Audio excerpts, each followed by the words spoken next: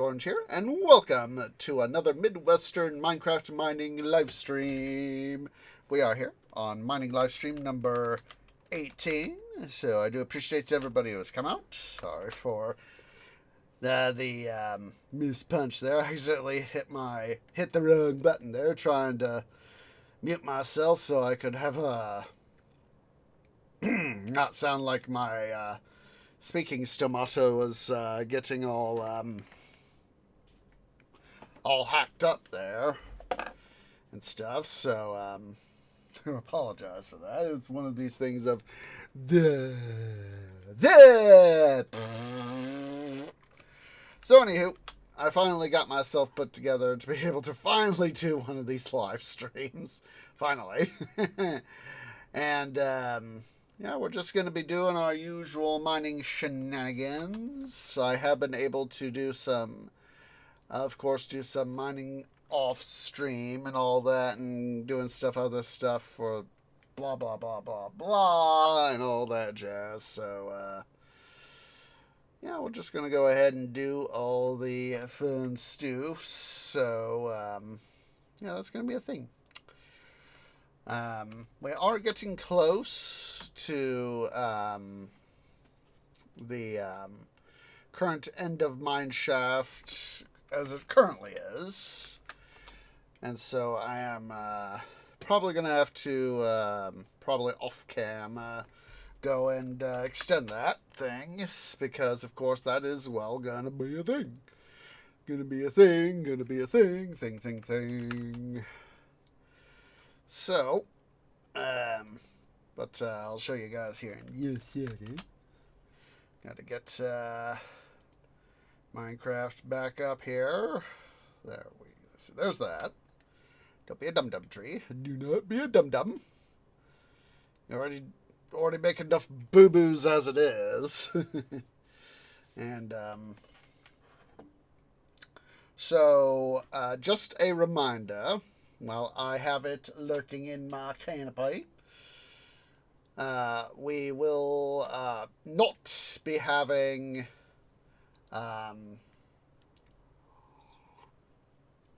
starting a week from today, Sunday, we'll be more or less having just a week-long hiatus of content, because, of course, I am going on vacation next week, starting this this Saturday, after I get off work and all that. I will be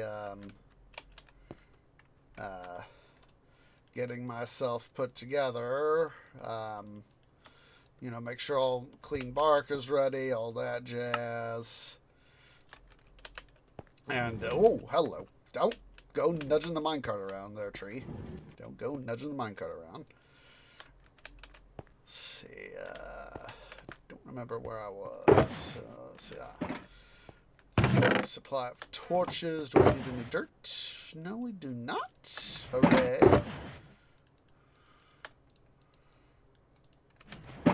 Clay down. Gotta move the cobble too. So let's go ahead and poke ourselves around the cobble here. Deposit that. Let's see. Mining pick. Get that bad boy out.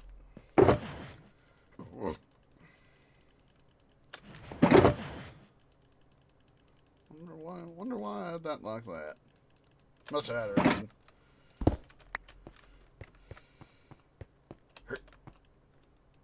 Oops, not the pick there, tree. Don't be a dum-dum. Ah, yes. Lots of stuff to process right there. Well, fortunately, it's not going to take too much. Boom, boom, boom, boom. Recently, I've been doing some smelting stuff in the smelter itself.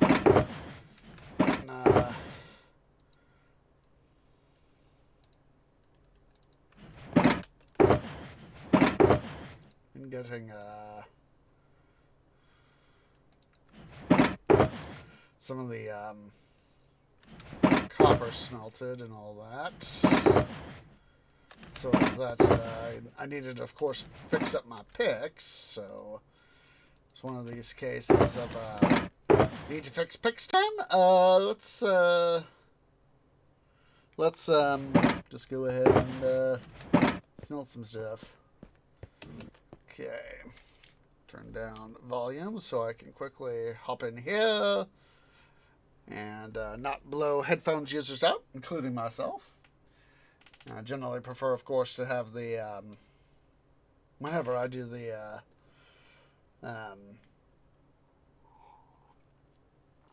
transit with the mine card, I generally prefer not having my headphones on because it just, it's like, my ears! My ears! Just, that's why I say it. That's why there are times where, I have to apologize for, headphones users because, suddenly something happens and it's like, ow! It's like, or I can anticipate to a degree people going, ow! That hurt, Trey! Just chuck those guys in there. Not going to worry how pretty it is. Just more concerned just getting the stuff in the schmelter. I just realized how much this is going to be changed. When we finally get around to doing stuff with it, which finally brings us back around to the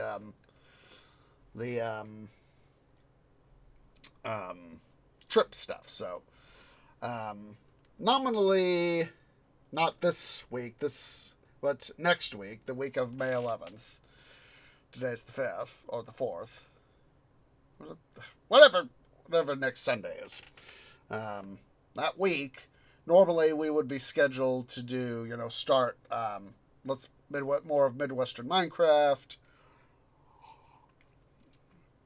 and that sort of thing, and, switch back over from doing Minecraft on Sundays, even though this is the first one we've finally gotten to.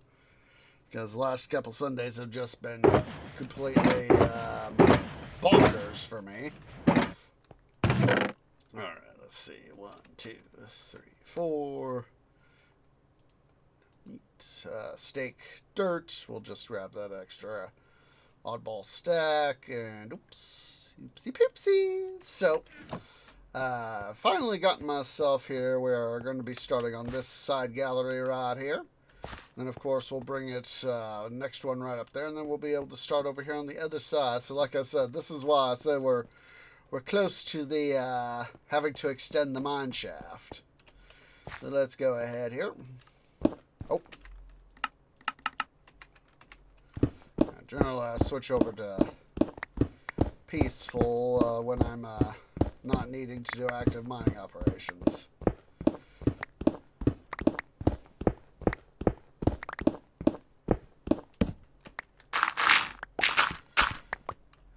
It's always been a thing for me. Part of me has always wished in Minecraft to have a a non-mob mode, a non-hostile mob mode where you still get hunger, and if you fall too high you die, fall from too great a height you die, but stuff like that. But I just always don't like having mobs.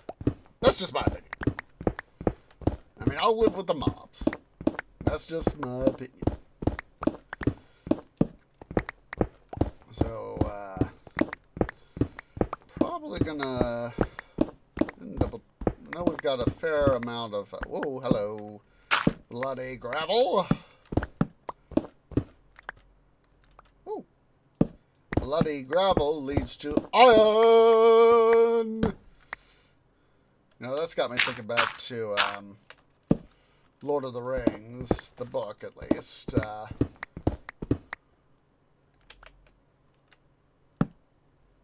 see here. Let me really hop up. Yep. So I couldn't quite see this guy right here, so it's like, does he have a thing of iron on him? Please have a thing of iron, a block of iron, or.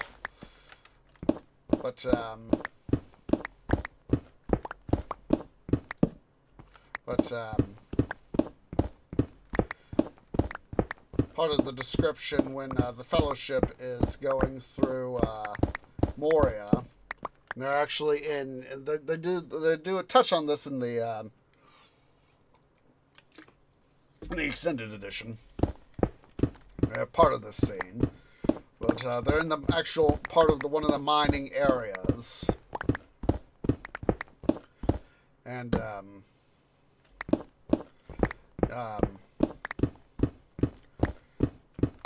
line that in the film, at least, that Gandalf says when he sees the mithril ore, you know, he goes and says, "The wealth of Moria was not in gold or jewels, but mithril." The full line, at least in the book, is, you know, the wealth of Moria is not in gold or jewels, nor iron play toys of the dwarves, nor iron their servant, but mithril.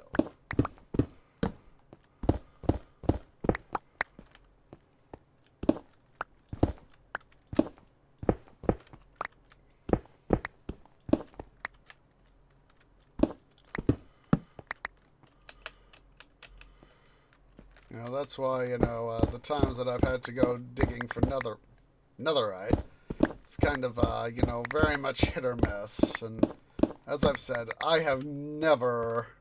It's worth the challenge, having, you know, better tools. Whoa! Whoa! Ow! I literally walked right into that. How ironic is it that we come up into the... At least I didn't go all the way down... At least we didn't end up all the way down there. Look, there's a spider right down there. At least we didn't end up down there going splat. No need to go splat. Alright, let's see here. What we can do is just merely come over here. As soon as I can hop up.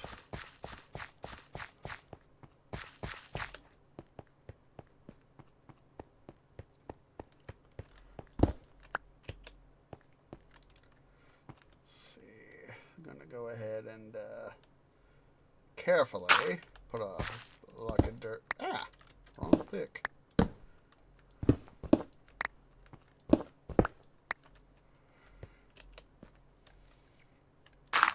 Yeah, I literally walked right into that. But yeah, that's you know, the full line is, you know, it was no eye on their servant, but mithril.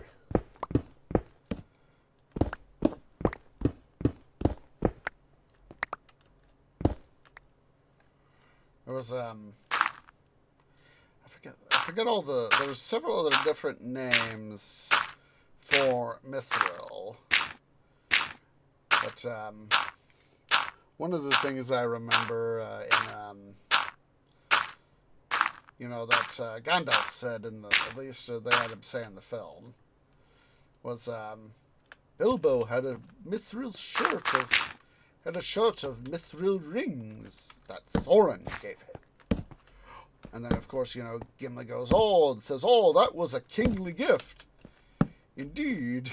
I never told him. But its worth was greater than the value of the Shire. And, of course, the full line is the value of the Shire and everything in it. Check that there.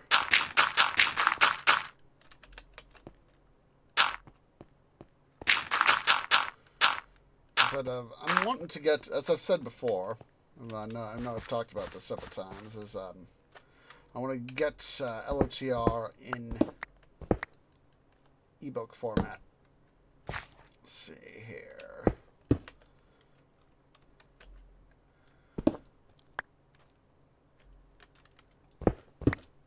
There's something walking along there. No, it wasn't me.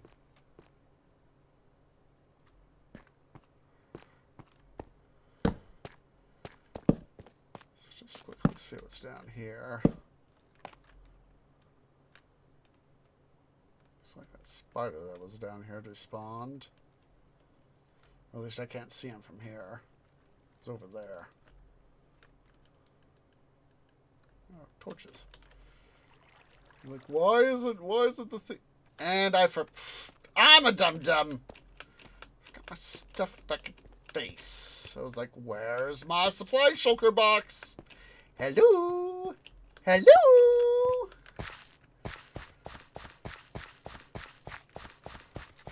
We'll get that. So we'll get that iron right there next trip. Next side gallery we craft.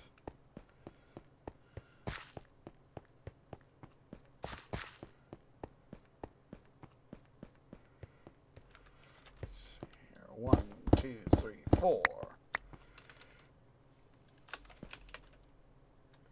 We'll go and deposit the iron. We've already gotten the other stuff too.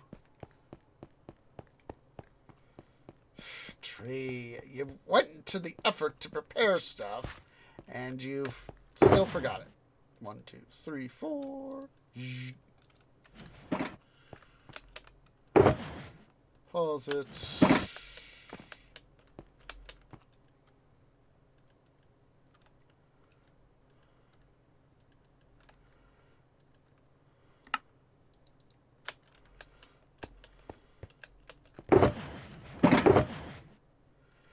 Look at all that iron got. I'm just chortling to myself. I'm just chortling to myself, seeing all the iron I've got here. Yes. Yes.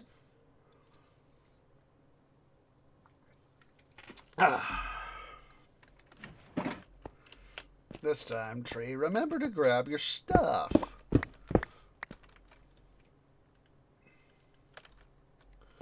And while we're here, we'll just do a little itty-bitty little stocky-walkie up of stoof.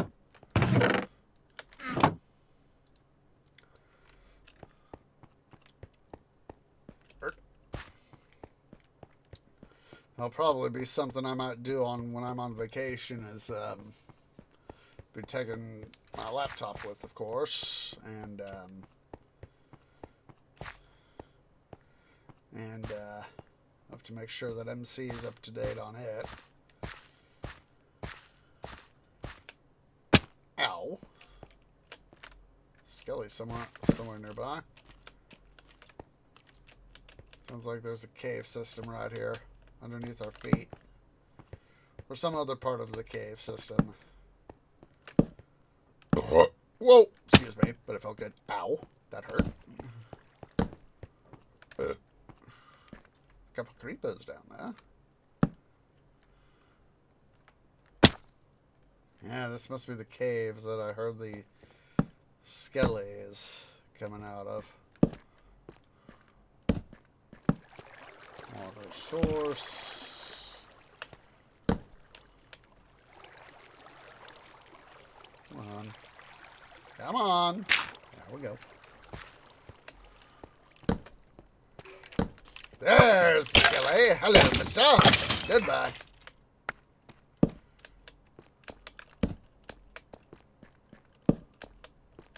Huh. So yeah, I've been there. That's why we would have. That's why the torch would be there. On. Get that here in a moment.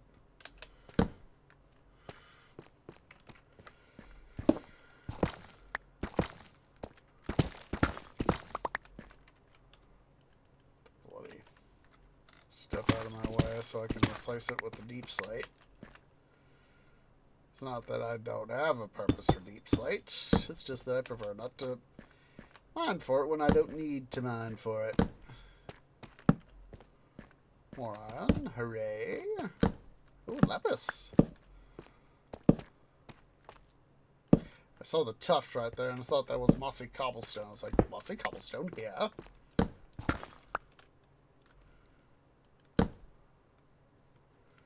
I see you down there, Skelly. I just heard a spooter. There's a creeper. And a creeper there.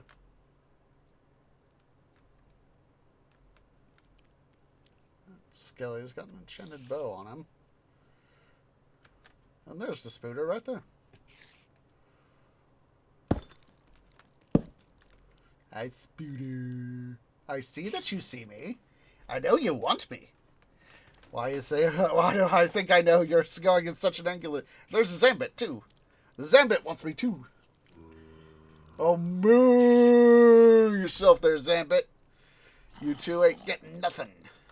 You're not getting nothing. You're not getting to munch on my roots and climb into my canopy tonight, misters. Bye-bye. Alright.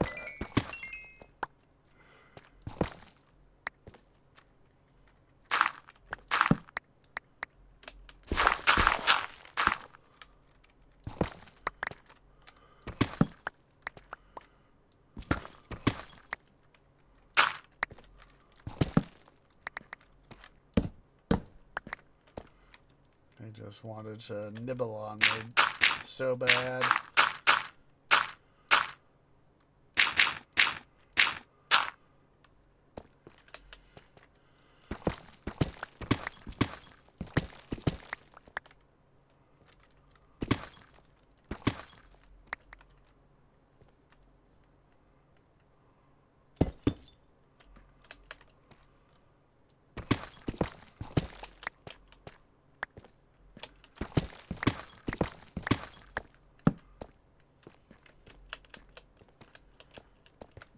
Some lapis right there, too.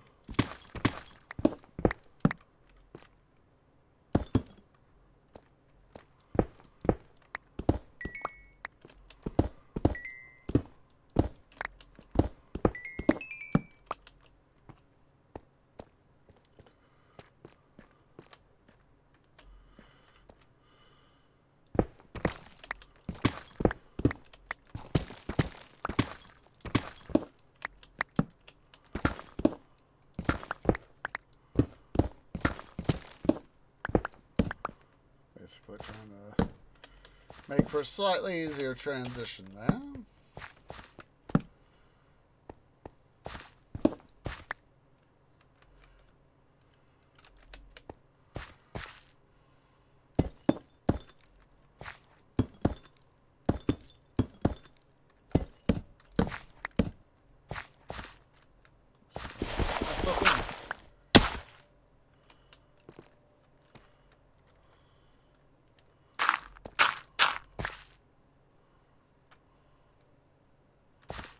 I at least have one block to be able to get, in theory, be able to get back in here. Though I don't see the need.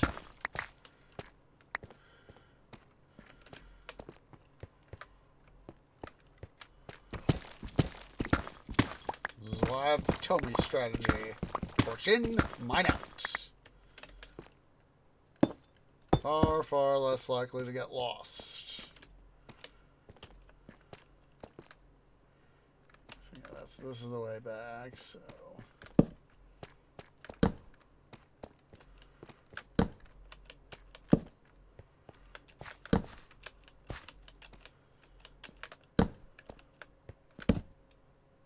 Copper right there. I was like, was that copper? Yeah, it was copper.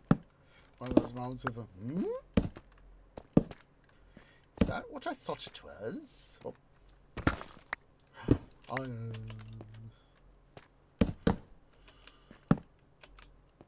Coal and iron. You need torches. Oops. Put in your offhand tree. Redstone. Got a lush cave here, or part of a lush cave.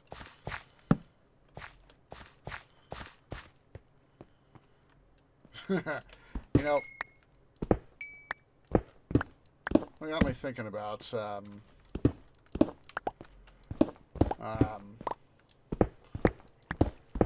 one of the earlier episodes of Achievement Hunter's second Galacticraft season.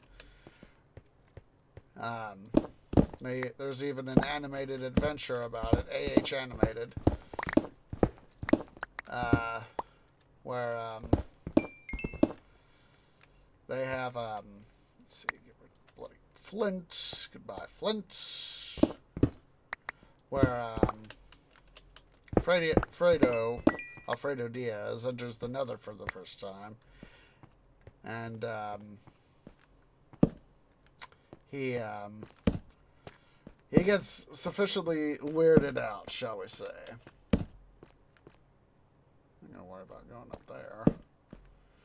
We got enough to do. Might even be able to get that way through there. But anyway, he gets really weirded out by being in the Nether. Of course, drama. Suffice to say, drama ensues, and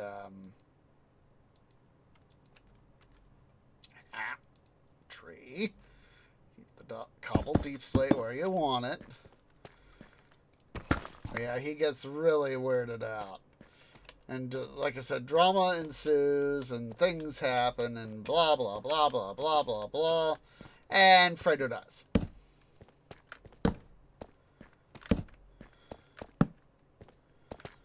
Of course, he starts suffering technical difficulties and more or less gets... spawner! Zambit. Hello, Mr. Zambit. Burn, you sucker! There we go. Actually, why am I torching this darn thing up? I've already got a skelly farm. Why was I torching the darn thing up?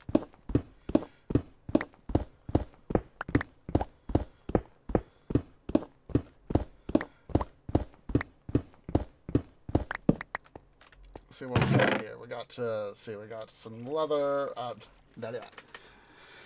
Zombie meat, zombie flesh, rotten flesh, coal, melon seeds, string, iron. Got a name tag. Protection 1. So let's dig out the walls here first. Get all the cobblestone into the system. Gladly take the mossy cobble too.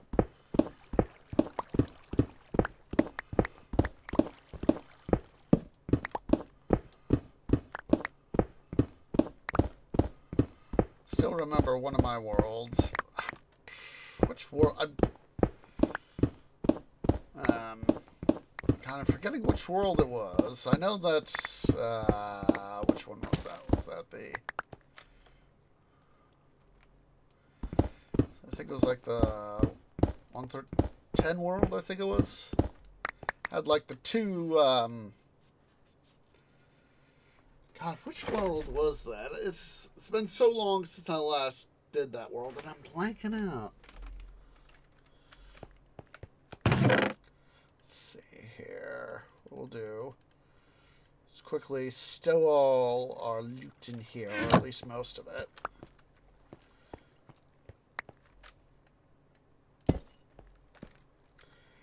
But there was like two skelly spawners fairly near to each other. And, you know, it was one was to one side, the other was, you know, like to the facing forward. One was like, if this were the waiting room, one was that direction, the other was this direction. That's what I remember about it.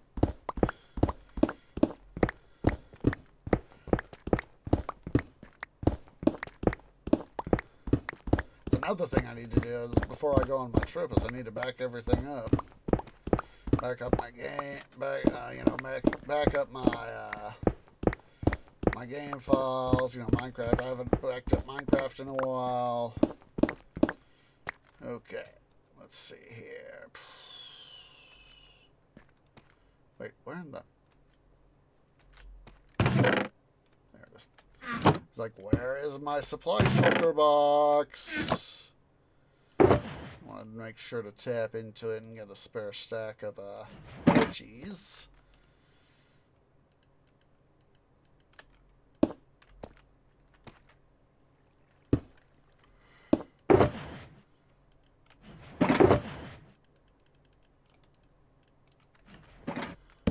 Oops. Break this guy down.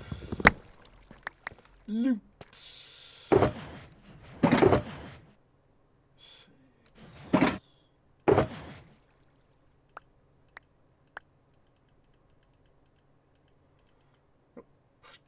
Meat in there.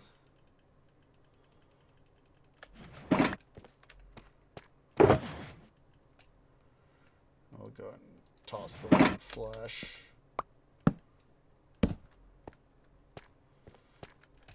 What's that junk over here?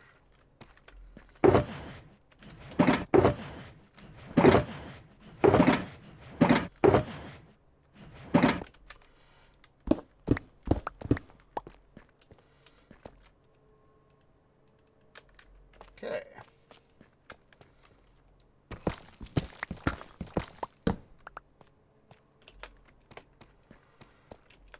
I'm so glad that Mo Yang made the executive decision to make iron be more like coal and lapis, you know, able to be mined with the fortune pick.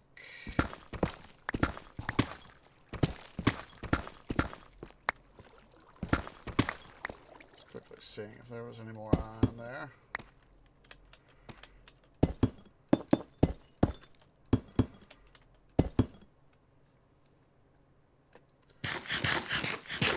Some redstone right there.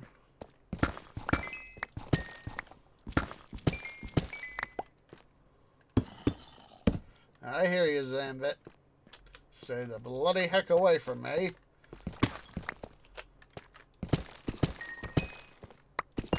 You too, baby Zambit. Red alert. There you baby jerk! Catch me on fire with my own enchantments, why don't you? Oh wait, he did.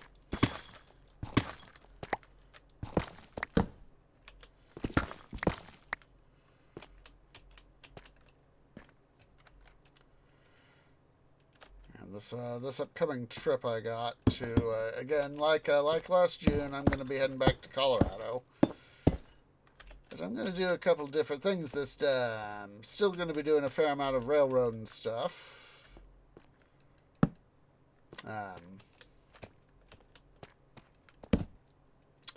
One of the things that will be happening is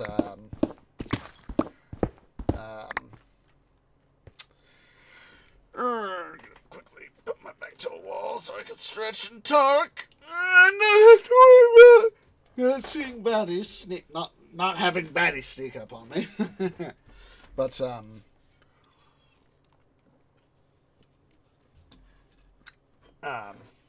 kind of last year when I was talking about going to Colorado last year, I wanted to go on the Durango and Silverton, but it was financially for me untenable.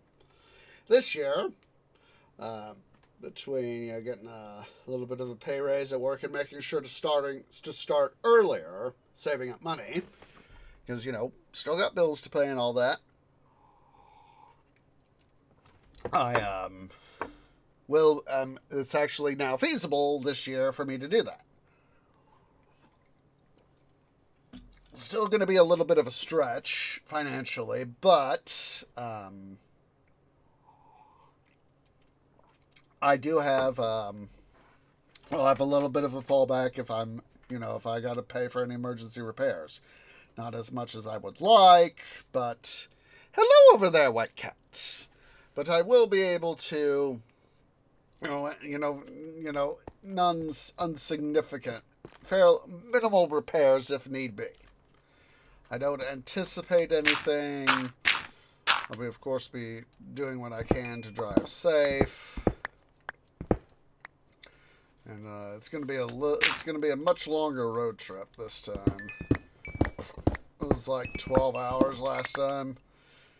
It'll be more like 14 or 15 this time. I'm going to have to leave bloody early to be able to get myself going this time to get to Durango. And in this case, it's one of those instances where I very much dislike, in this case, having to drive. But it's a case of, just a second, White Cat wants out. Of course.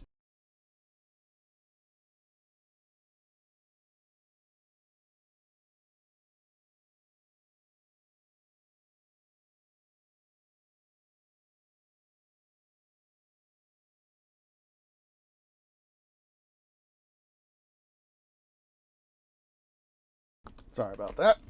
But as much as it's going to be a huge hassle to have to drive, it's not like I've taken long trips before. It's one of the Tree Scout trips, as I've said, that I was with. We went to Yellowstone, and we made that was, 2 separate days of transit to get there, and then, we spent essentially 2 days in transit coming back to our town and all that. And that was like, ugh. And even though I wasn't driving, one of the other leaders, he was just, towards the end of the trip, he was the guy that was, helping make sure we were at least keeping somewhat on schedule. And he was just like, oh my God. Because, Scoutmaster could only do so much, and trying to keep a bunch of people going and all that was, would be even, separated amongst several people being the leadership, for our expedition. Even that was proving tiresome. And pretty much by the end of the trip, everybody was like, ugh. I mean, don't get me wrong, it's totally worth it.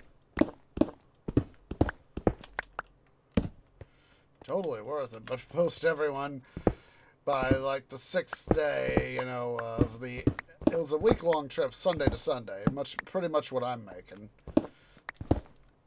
But definitely on day 7, by day 7, most everybody was like, ugh. And by the end of it, most everyone was like, ugh. By the time we finally got to our chartering organization, most everyone was like, ugh.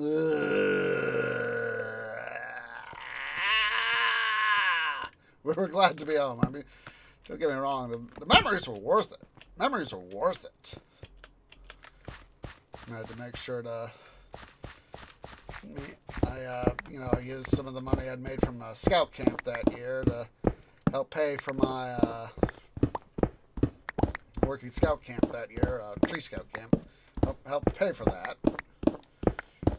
Pay for my share, because, obviously we're going to need gas, pay for campgrounds, pay for activities, pay for food. And so it was just one of those things of, it was we were all tired but glad that we made the trip.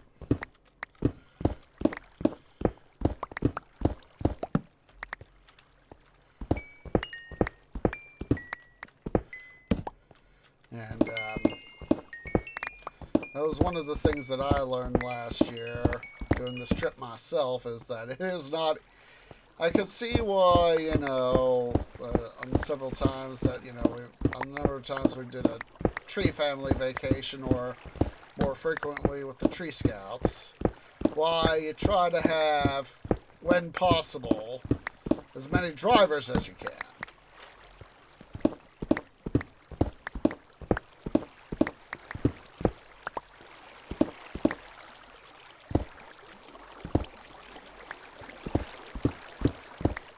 Near water here, and we are full up with lots of iron. There we go. Aha! Oh, we've been here, or at least been in part here. I see you there, Mr. Skelly Bob.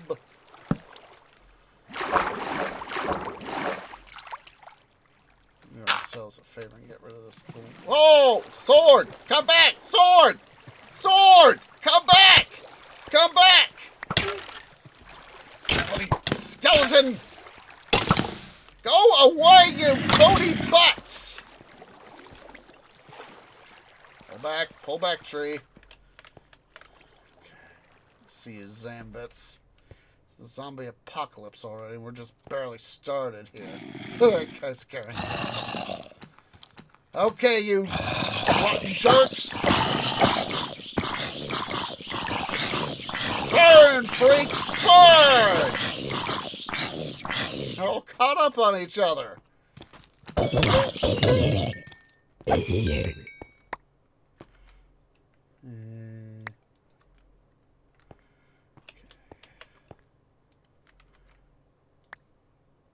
do not want Enderman's been here. There's a grass block deep underground. Saw you over there, Mr. Spooter.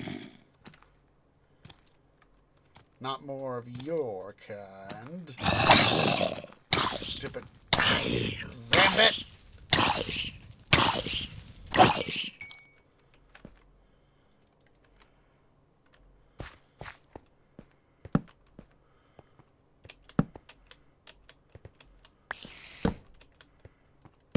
Spooter. There's some spooters.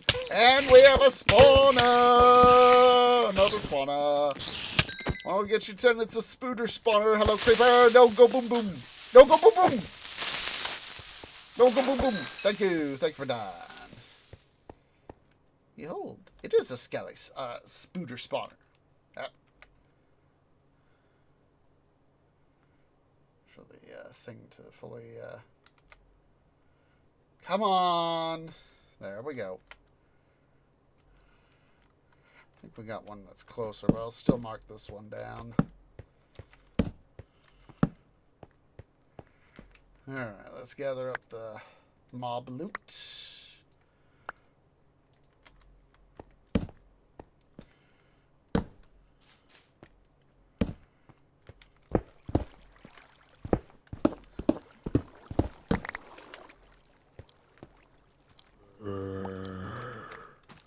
I see you there, Mr. Zambit. What's that thing? Oh, that's another zombie. I saw his gold helmet down there. He's swimming, and I was like, what the... What sort of... Oh, iron! Give me that iron ingot! Give me... I saw your helmet there, Mr. Skelly, and I was like, what in the heck are you wearing?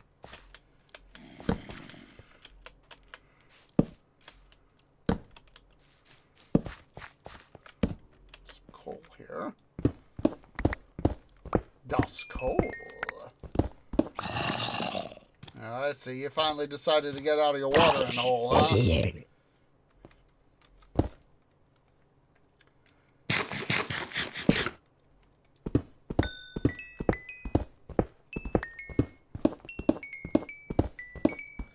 Oh, yeah, it's previous experiences just showed me this thing, you know, like on the Yellowstone trip that I went on. It was just, you know, some of the drivers were just bleh. Most everyone was bleh.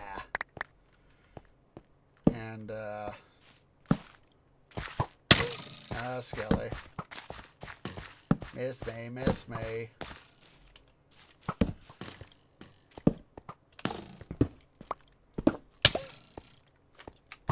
Come here. Oh, there are two of you now, huh? Burn, Skelly, burn!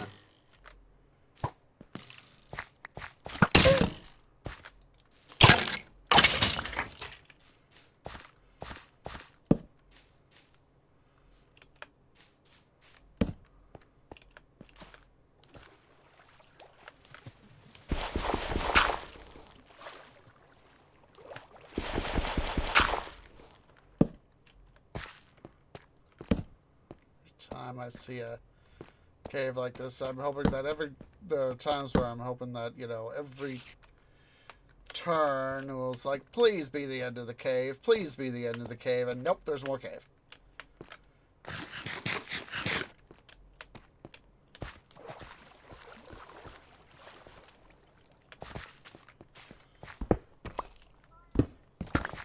Jeez Louise, white cat. And once back in just a second.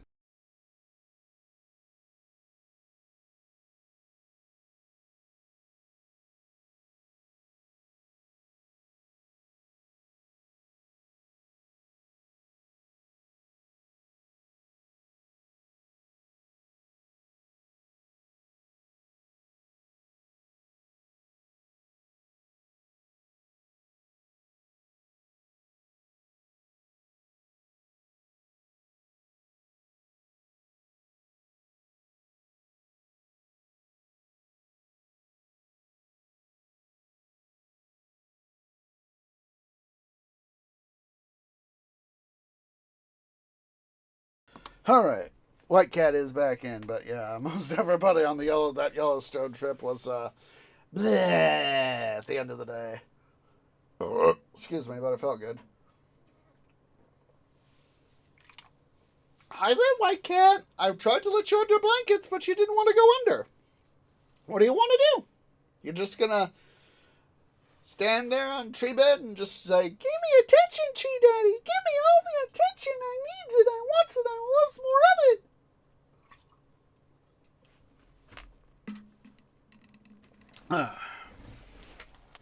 Let's go ahead here and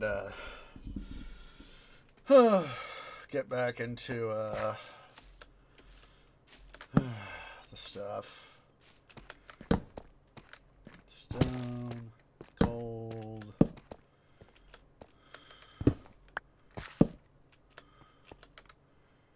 One of those, what's it? You know, seeing this reminds me of the slope right here.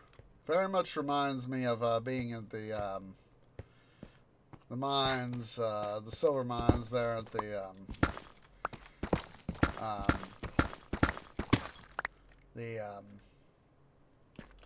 Georgetown Loop. There we go. I was having a moment myself.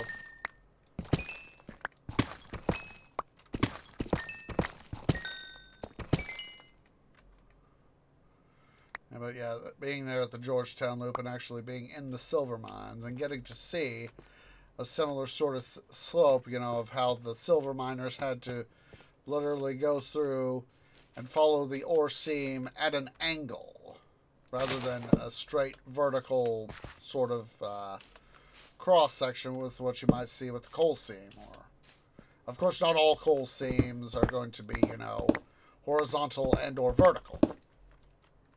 It was very much tilted. Let's get back up here. I know that there's the spawner up here.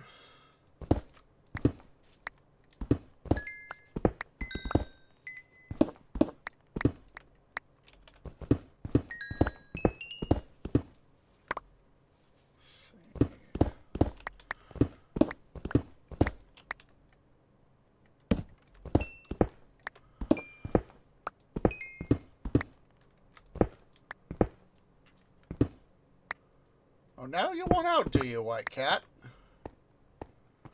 Jeez, freaking Louise. This whole thing is just filling up my inventory like no tomorrow. Just a second, he wants out.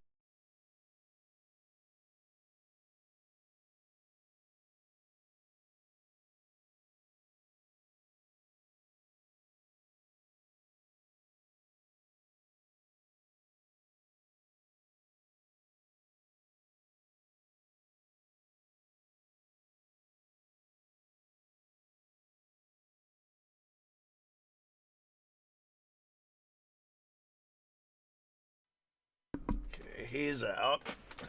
Hopefully he'll be able to talk to one of the roommates and have them keep him company. Alright, let's go ahead here.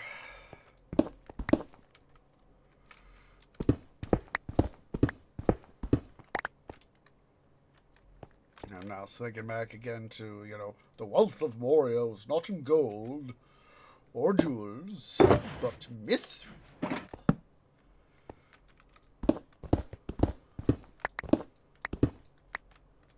We'll wait to get those couple guys there.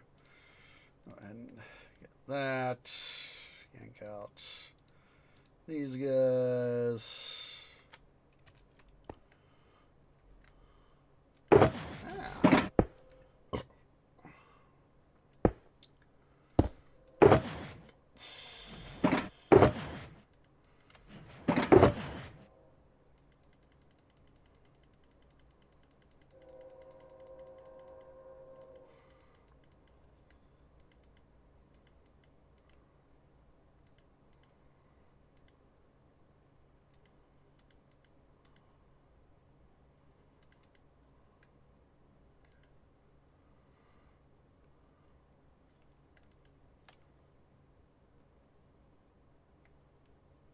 Just making sure I got what I want here. Oh, I want the chest. I meant to grab the crafting table. I figure consolidate as much as possible, especially all this iron and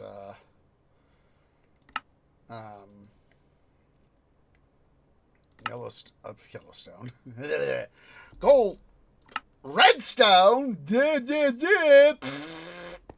Redstone I got. Oh, I forgot those guys.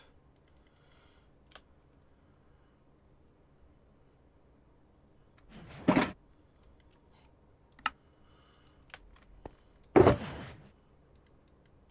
we go. That's somewhat better.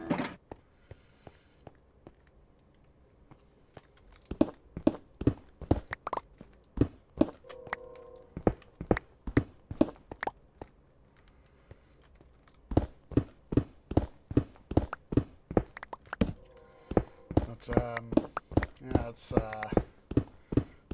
there's gonna be a several hours longer trip for me this go round.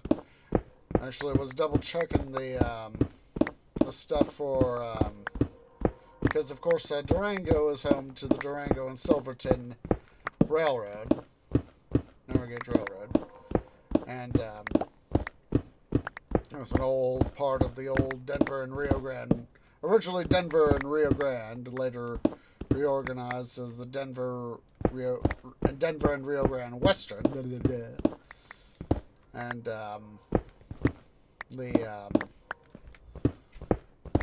helped to haul various geez Louise, white cat.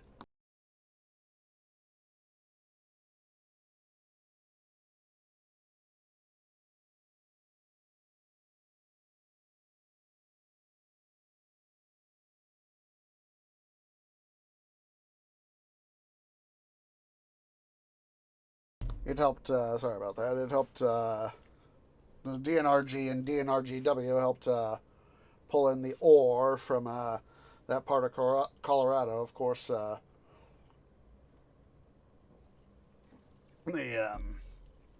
it's now serves as a tourist railroad, that part of the old DNRGW alignment. Hasn't been a part of the national railroad network here in the States for literally decades. It and the Cumbres and Toltec, another old DNRGW segment. Let's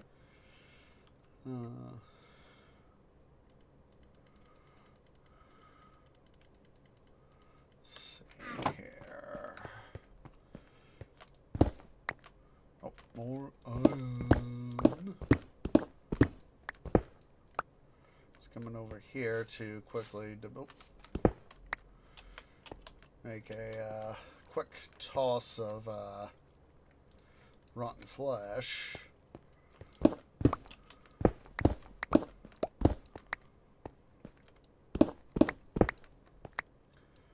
Before I went and tore all this out.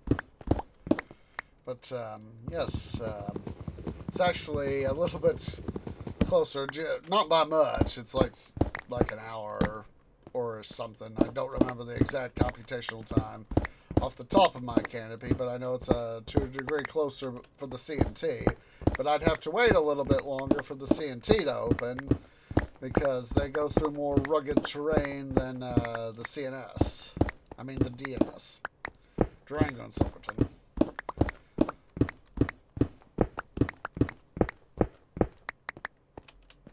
Alright, let's see here.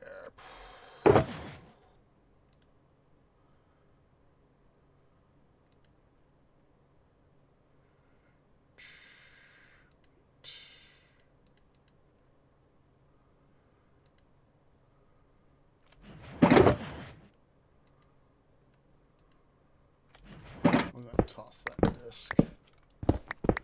Not that I don't mind records and all that, it's just that I don't really need it.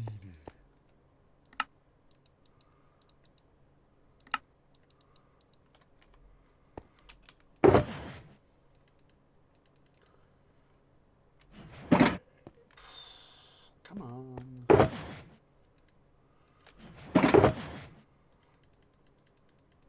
Yeah, I'm now thinking about Achievement Hunter's second Galacticraft season.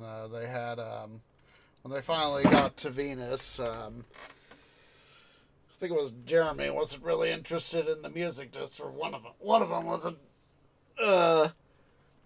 really interested when they were doing stuff with the dungeons.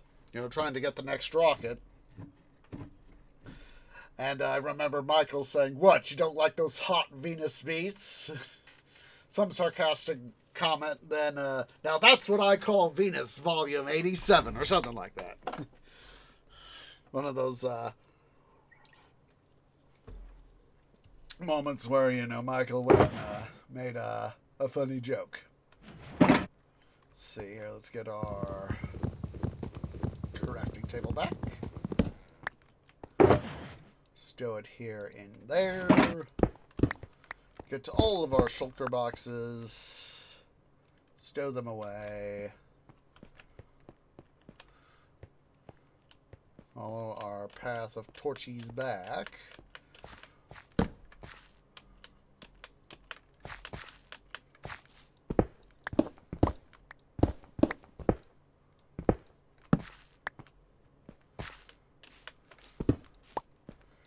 Actually saw a guy at, when I was out running errands earlier. He was actually wearing a kilt, and I was like, dude, you know, that's so awesome that you're going around. Oop, baddies. Baddies, don't go there. I don't want to face no baddies. Find your thing tree where there it is. No, that is not the thing you're looking for. I'll take the copper. Where is the thing? There is the thing. There we go. Back into the thing. But so he was actually wearing a kilt, and I said, dude, that is so cool that you're wearing a kilt. And he thanked me, and we got to just chatting a little. And I mentioned that one of the places that I'm going to on this trip, and just remember, please remember, drink please be, first of all, as usual, my usual discussion when it comes to alcohol, please be of legal age if it is permitted for you to be drinking in your environment, in your jurisdiction. Let's see. State 38. There we go.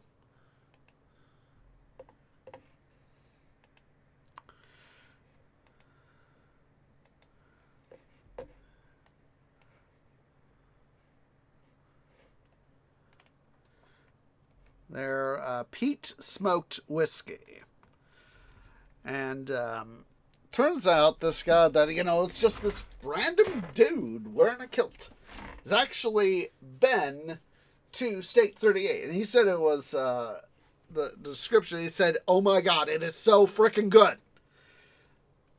And I was like, oh my goodness. You know, I said, I looked it up. I was just looking up places, distilleries, and that came up. I looked at their stuff, and I was like, oh my God, the peat smoked whiskey, and said, oh my God, it is so good. It is so freaking good. So that is, you know, that gives credence to State 38 for doing their stuff.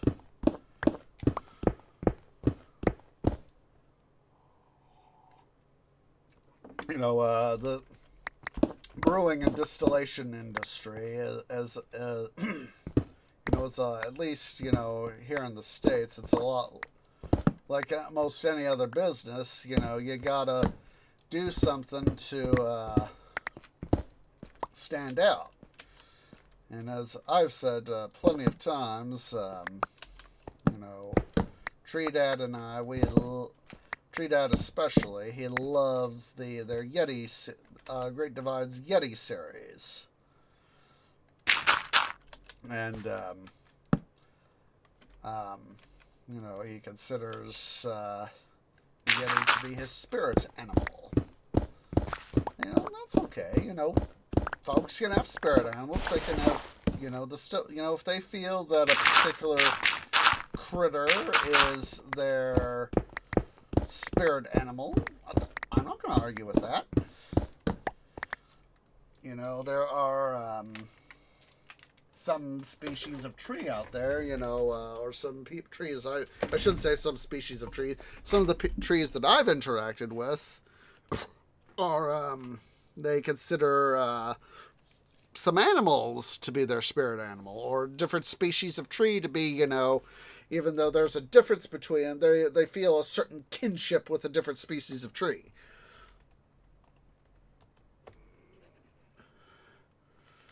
Let me get the link to Great Divide here. Let me get you guys a link to that, of course. Boom. There it is. Let's see here.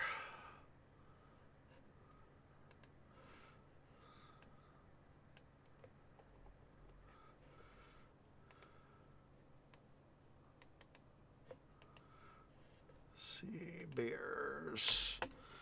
Because Tree Dad considers the Yeti series his preferred Great Divide beers, and there's some pretty darn good beers with that in that series. One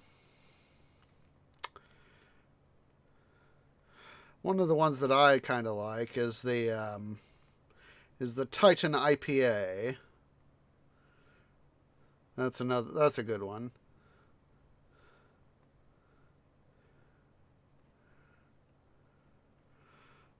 Yeah, they've got some of the ones of the Great Divide, besides the Yetis, are at least somewhat interesting. But I tend to agree with Tree Dad is that their Yeti beers are some of their best. And having gotten to go visit them last year, that was part of my itinerary. So 1, 2, 3, 4, 5, 6, 7. I knew that I had to take a visit to the fort, as it were. And it was a fairly short tour overall, but it was about 20 or so minutes.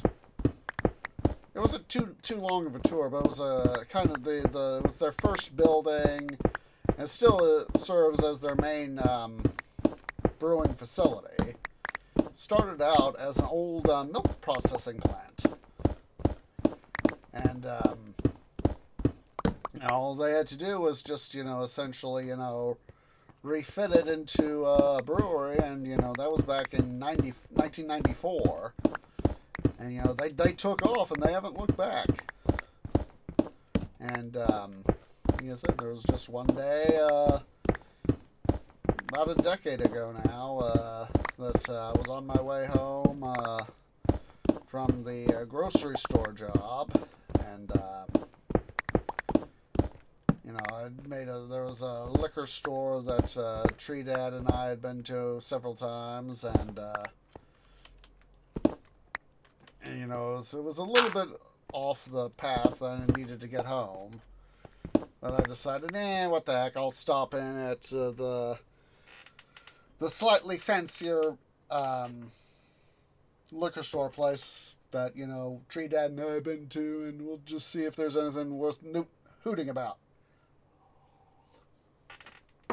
That's, of course, how I came across Great Divide. Totally worth it. It was one of my fondest memories of being there was there was this older couple. I would say just a little bit past middle aged.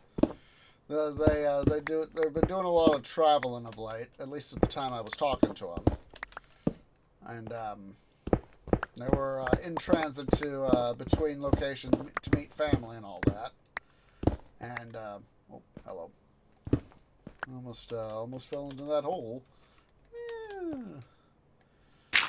And I regaled them with the story of the somewhat more extended edition version of the story I've told online. And I said, know that they got some very good. We know that Great Divide has got some very good brews. And it's true. They do some very, very good ones. You know, of course, you know, not every sort of brew is going to be everyone's taste, but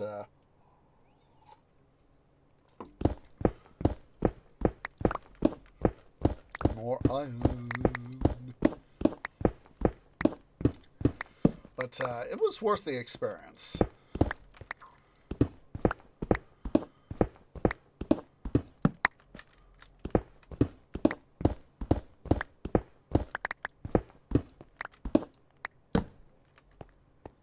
Torch there so we don't got baddies spawning right there.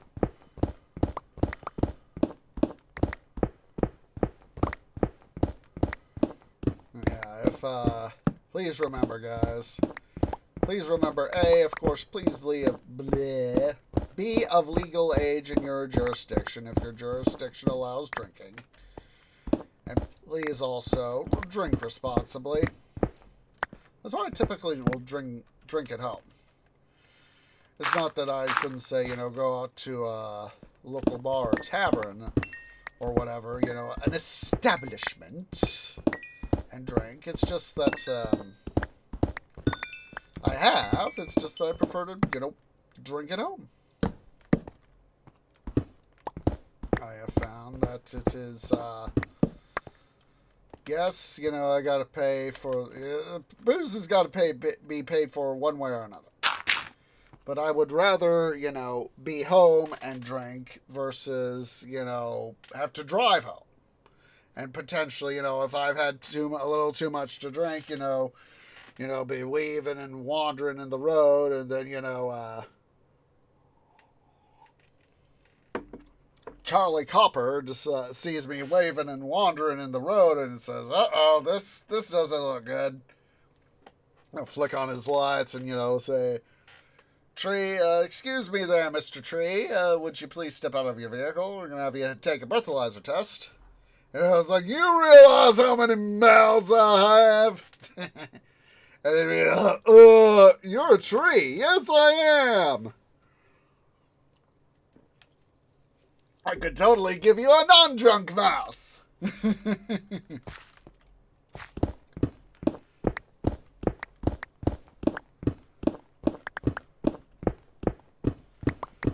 You know, if I ever do get pulled over in Colorado, I have just the line that I need to say to the, you know, the trooper or the cop that'll pull me over. It's like, "You just want to see how young I am." Hopefully it'll give him a laugh.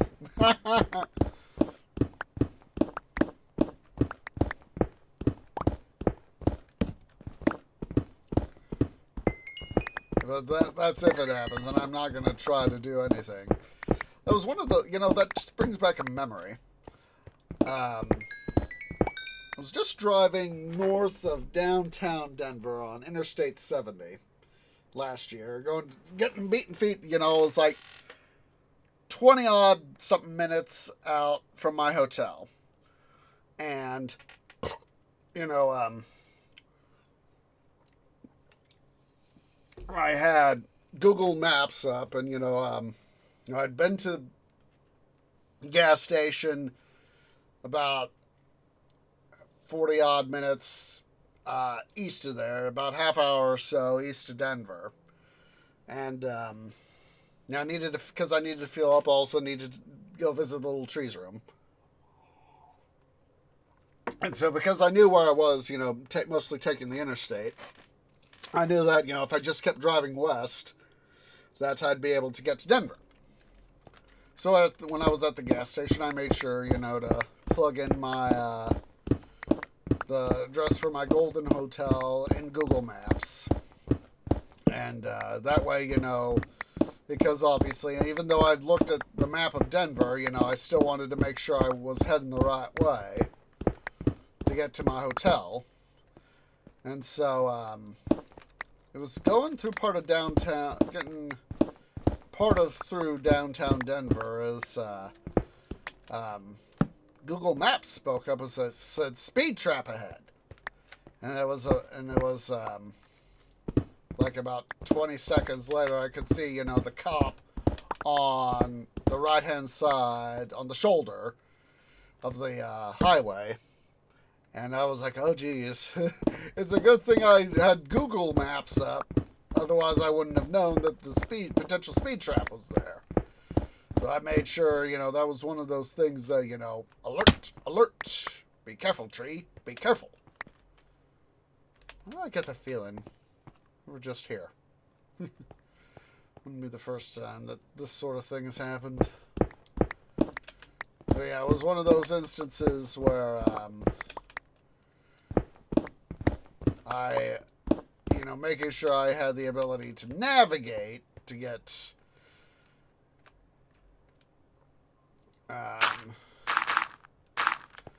to be able to get to where I needed to go, is that I was aware of the speed trap. And I was like, one of those times I was like, don't put your root too hard on the accelerator, tree.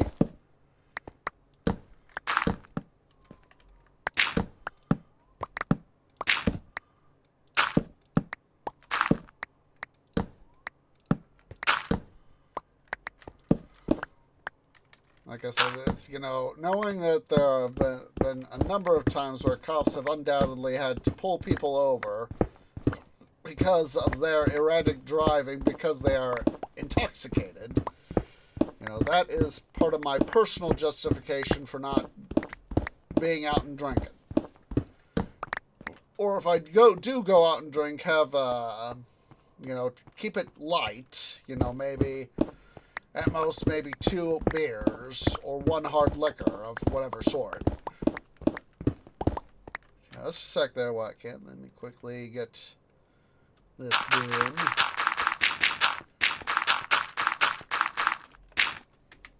Just a sec, guys. I'm going to let Wildcat out just a sec.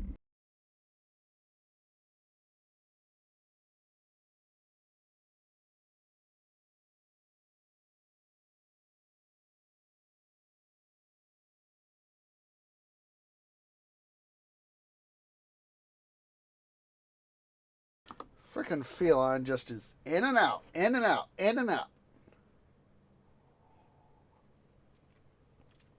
But yeah, that's why I tend to drink at home. Or rather, let me recontextualize that. Be in a place, usually home, but sometimes, in another place, if I'm like at Tree Pants' house or wherever, and drink there.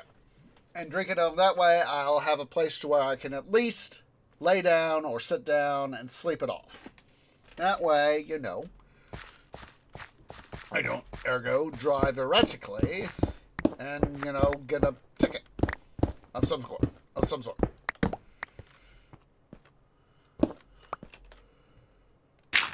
Because I would rather, of course, not get a ticket.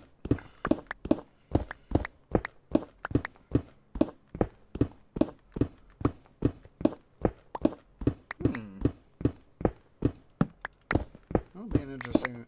Part of part of my itinerary, I feel that I can share this with you guys. I'm actually going to be doing a thing as part of my, like I said, it's going to be next week. It's not going to be this week.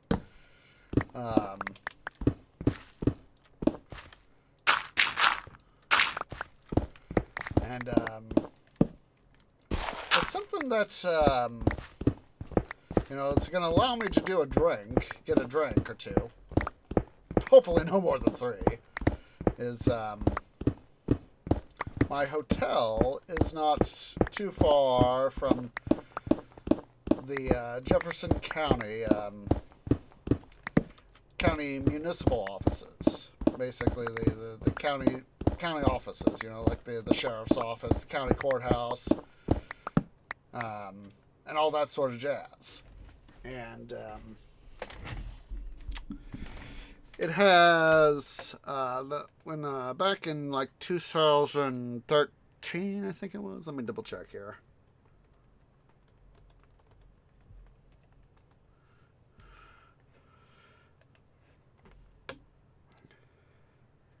Yeah, 2013. Yeah, 2013. I did remember it's Denver. It's the W line for the RTD, the Regional Transportation District of Denver. it terminates. It goes from Denver Union Station and it wanders through parts of Denver. It goes all the way out to the Jefferson County municipal complex. You know, the county courthouse, the county clerk's office, etc., etc., etc. And they have a terminal for the W line right there. And so it's to go point A to point B. And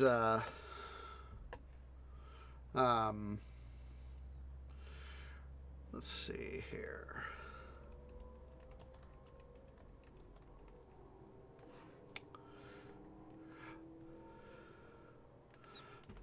I'm going to give you guys the link here to Denver Union Station. Part of what happened was for last year when I went to the Forney Museum, got to see another Big Boy 4005.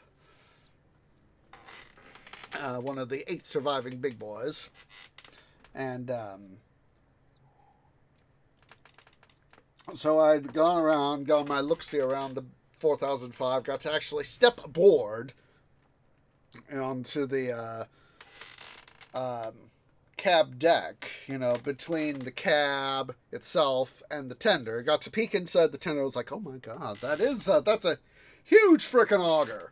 It's like, no wonder, you know, because I knew, see, for the big boys and other similar large locomotives, many of them had a steam-driven auger. So basically, once the fire got started, and they were able to throw in, you know, a sufficiently large fire into especially the big boys, they have massive fireboxes.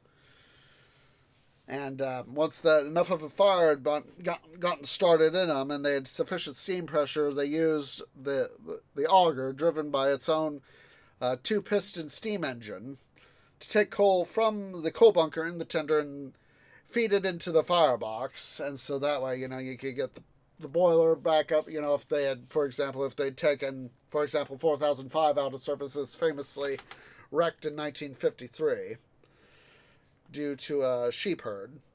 And let me see here if I can get that. Let me get this other link here for you first. Let's see. Dining. Done. There we go. The Cooper Lounge is where I'll be going Wednesday once I get from Durango to Denver. Like I said, with it being the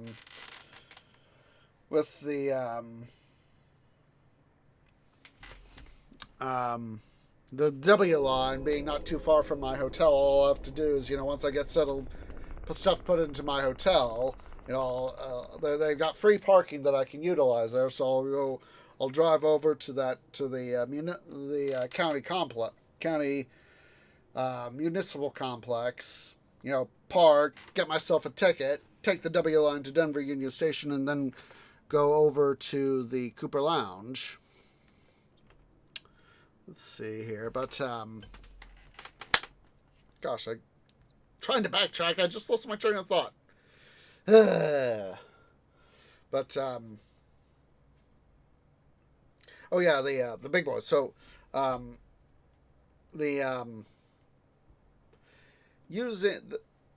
gosh darn, I just lost my train of thought again. Gosh darn it, tree.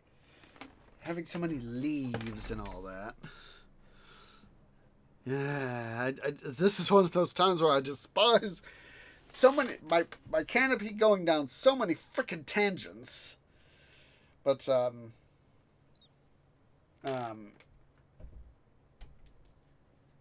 yes, that's the fire.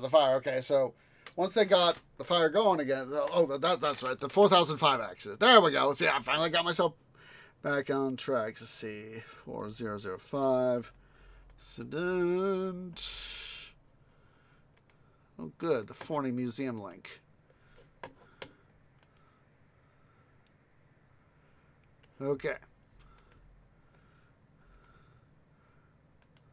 Straight from the Forney website. Come on. Ew.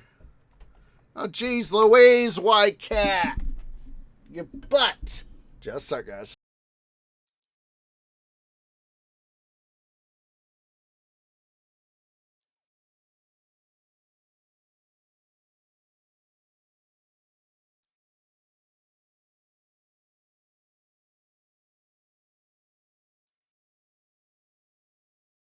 So anyway, sheep herder tried to get his herd across the main line. And one of the section gang that was working in the area to, help provide preventative maintenance on the track and all that, and on the grade, accidentally threw the switch that led from the main line into a siding. And the 4005 was traveling at speed when that happened. They couldn't stop in time. So, train go. So, several of the crew members were severely injured / died. And, it was just, the 4005 received some damage. So, of course, they made to make sure, the fire was extinguished, the engine cooled down and all that. And, they had to go and rebuild the locomotive. And this was, I don't remember. I know it was in Wyoming. I don't remember exactly where in Wyoming. Off the top of my canopy. Ah. Bloody gravel.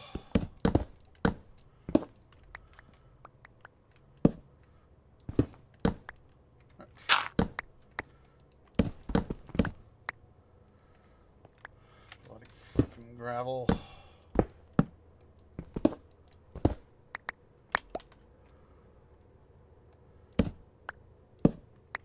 But yeah, it was an unfortunate accident, and so they got the 4005 rebuilt, and UP got the 4005 rebuilt, and got it pressed back into service. And of course, once the locomotive itself was, sufficiently, once they had it all ready and all that, they put a new fire on it. And seeing that fireball, I mean, granted, now I didn't get to see inside the cab because the Forney has the cab gated off. But I know that Heist did a video on it. Let's see. So, of course, the guy I'm going to go see next week. Let's see.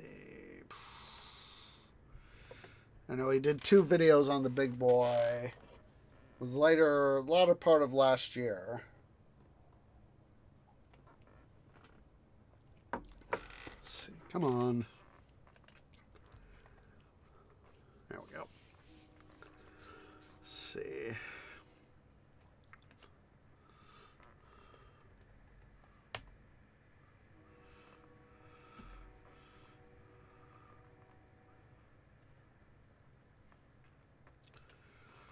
All right.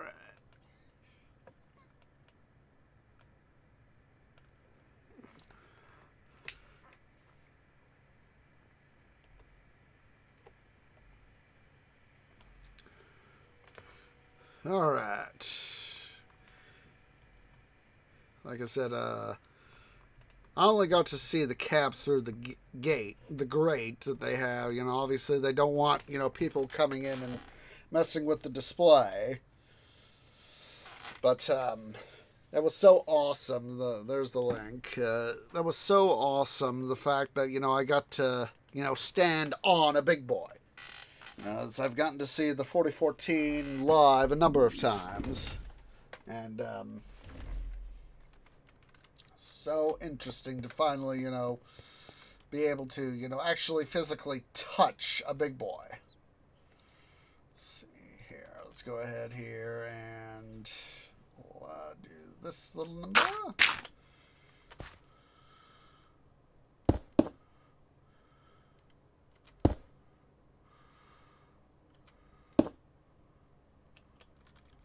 What we'll do here is we'll,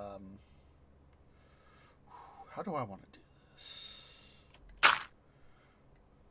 Just trying to decide, because I want to get rid of the bloody gravel, or as much of the bloody gravel as I can, so. torch right there. Actually,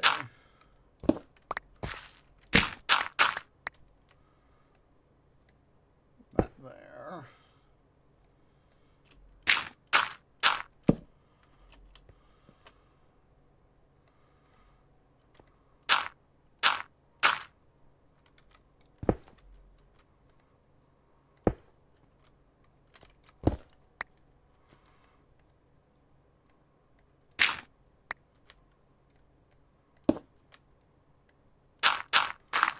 So yeah, he, you know, I was like, I knew that the big boys had complex stuff in them, but what the bloody blazes, sort of thing at times. Put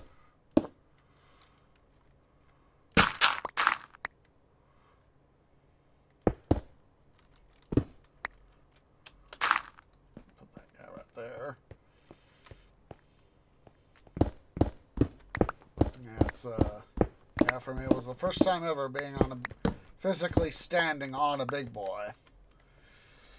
And oops, let's get rid of that bloody piece of flint. Goodbye, Mr. Flint. Now that's got me thinking back to the X-Ray and Vav series done by the original incarnation. How did I miss that thing of iron? I mean, yeah, how did I miss that iron? Anyway, the original X-Ray and Vav series, season 2, they had one of the running gags of Achievement Hunter, especially in the earlier days of their Minecraft series, was flint coal, because of the line Jeff Ramsey. He said, I got flint and a piece of coal, and it was like, I think it was Gavin that, as I recall, it was said, flint coal?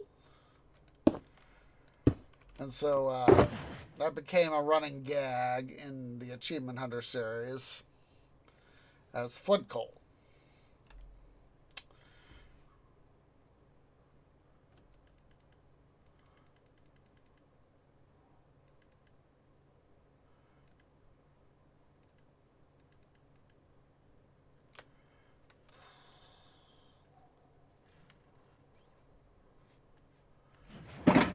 Gotta get out.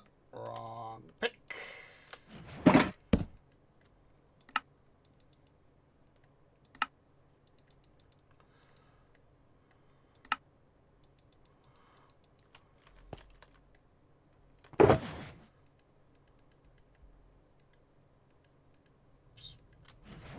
To do that coal too there.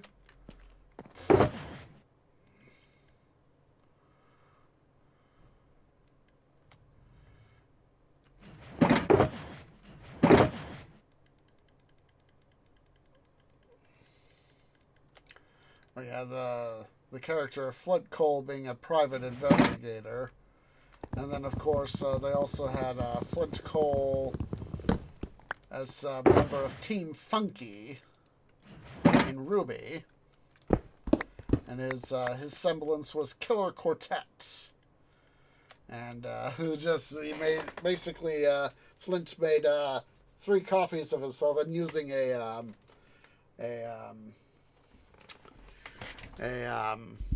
bugle or whatever it was. Let's see. Hello there, bot. You can go bye-bye.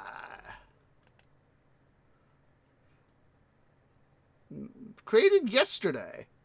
Saturday, that is.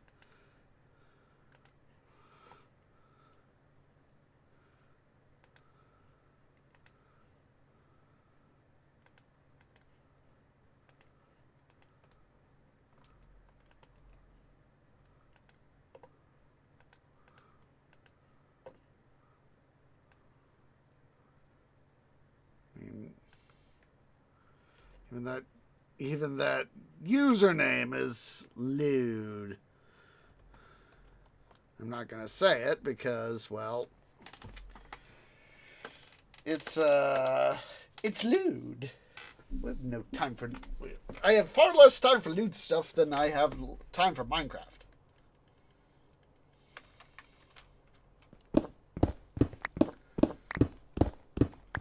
yeah, it's going back to the big boy.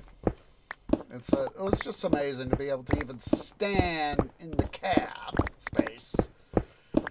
See, oh my God, it's like, you know, even just standing, you know, even for, you know, of course, you know, we Osage oranges, we, oh, I forgot to get torchies. Get yourself some torchies, son. Boom, boom. You know, it's like, I'm on the tree spectrum, I am a shorter tree. Because, of course, you know, we Osage oranges are what we are. And, you know, even for me, it just blew my mind on, oh my God, this thing is gigantic!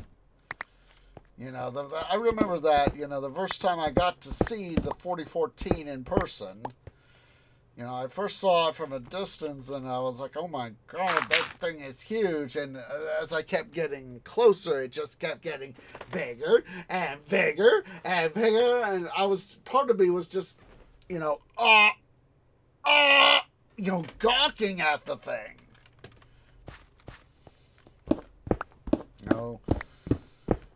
You know, there have been some people who have said, you know, the big boy is the most powerful steam locomotive ever of all time. Little RVB reference there. Excuse me. Get some drink here. And it is not the largest or the most powerful or the heaviest when compared to some of the other big steamers. There are other ones that are larger, you know, longer, heavier, more powerful. But it is the largest that the Union Pacific ran on its tracks. I remember when Heist did a thing on a video. I'd have to go looking through his stuff to find it. That you know, is the big boy the most powerful? You know, or the longest or the strongest, or whatever. And I remember stating, you know, as commenting in the video, saying it's the largest, most powerful locomotive that the Union Pacific ran on its tracks. And, you know, I think a lot of people would undoubtedly agree with that. Is that, you know, they're larger, stronger locomotives. So, hello. Reached the end, finally. After all that major distraction of that side questing stuff going through that cavern, finally got to the end of this side gallery. So, let's go ahead and do that. Let's get all that. Oh.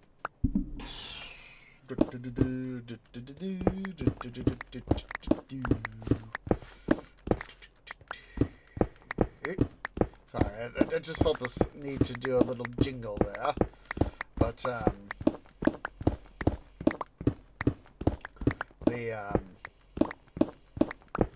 the big boys were the largest locomotives that the UP ran on their network.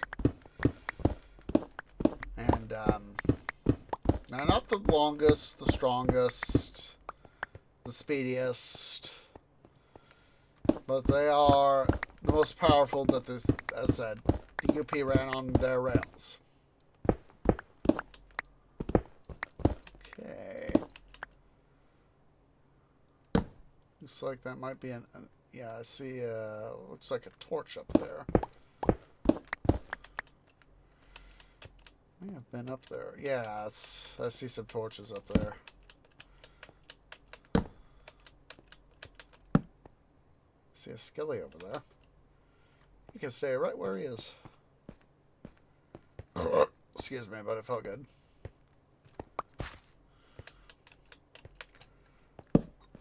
Let's quickly go explore this little bit here. Or at least a little bit of it.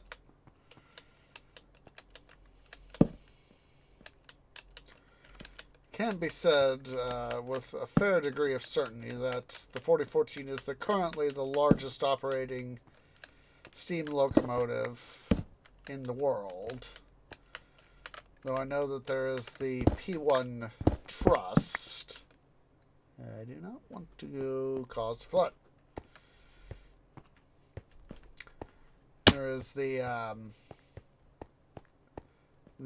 5150, which is currently being built by the P1 Pennsylvania Trust, the P1 Trust. And there's that iron. I was like, where's that iron? I was like, I know I saw some iron here. Where is it?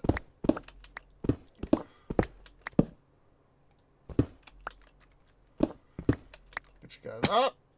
Don't do that, tree. Don't be a dum-dum.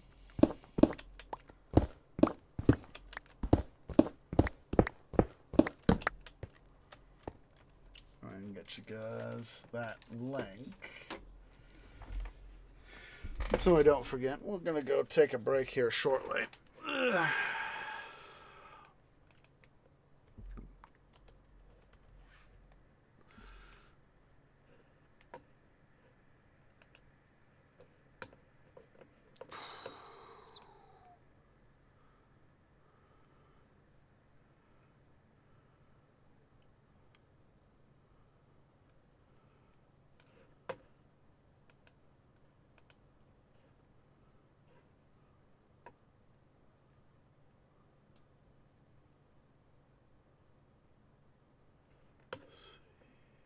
Trying to find the link here. Let's see. Also,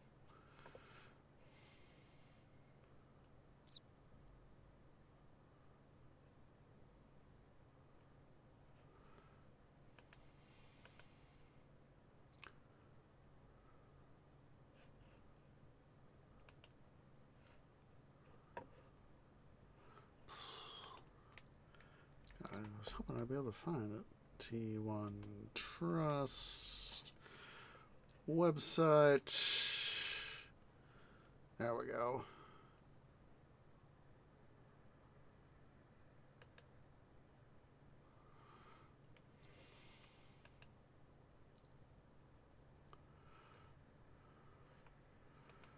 There we go. Here is the link to the T1 Trust. And feel free to read that at your leisure. I haven't contributed myself, mostly because, as I said, I've had to deal with a lot of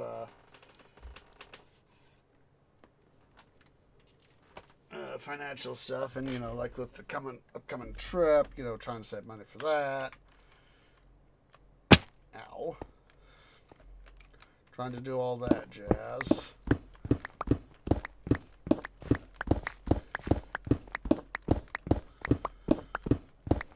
But they are building recreating the T1, which is the Pennsylvania design done by the Pennsylvania Railroad.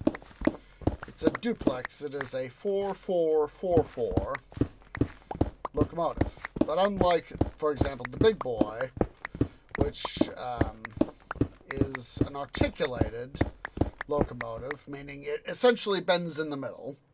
So, for the Big Boy, it's 4884. In between the first set of 8 and the second set of 8, there's a hinge pin. It's hidden behind the second set of cylinders. And basically, that's where the locomotive's articulation comes in. Whereas the T1s are a duplex.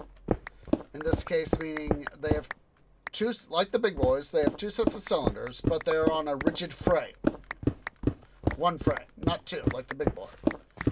Meaning the front, in this case the Big Boy, its front engine unit, the leading pilot wheels and the leading set of drive wheels are on a separate frame from the boiler, which is carried by the second set of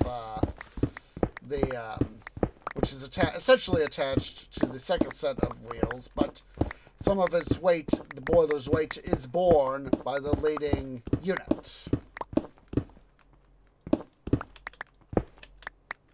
just want to make sure I'd been up here. I figured I had, but I figured by the illumination that I had been.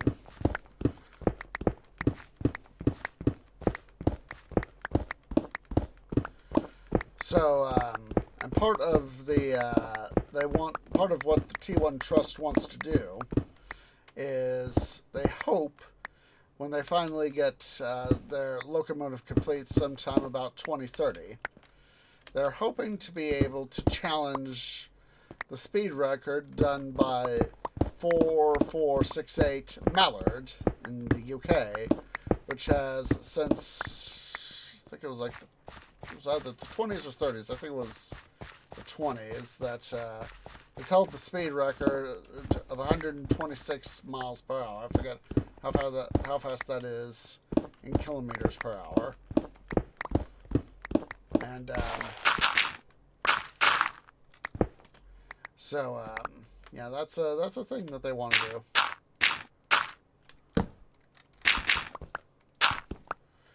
And it's an admirable goal to do, because there is documentation, very much unofficial, and I learned this from another video by Heist about the speed of the T1s.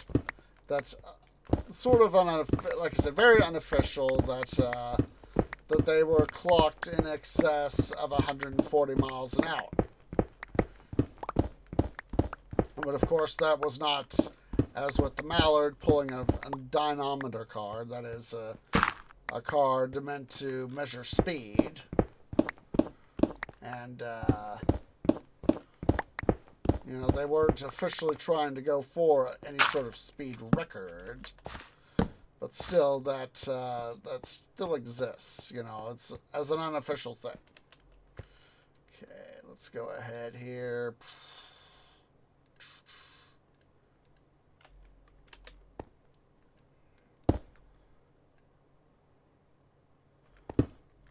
And, stories about it have persisted for years.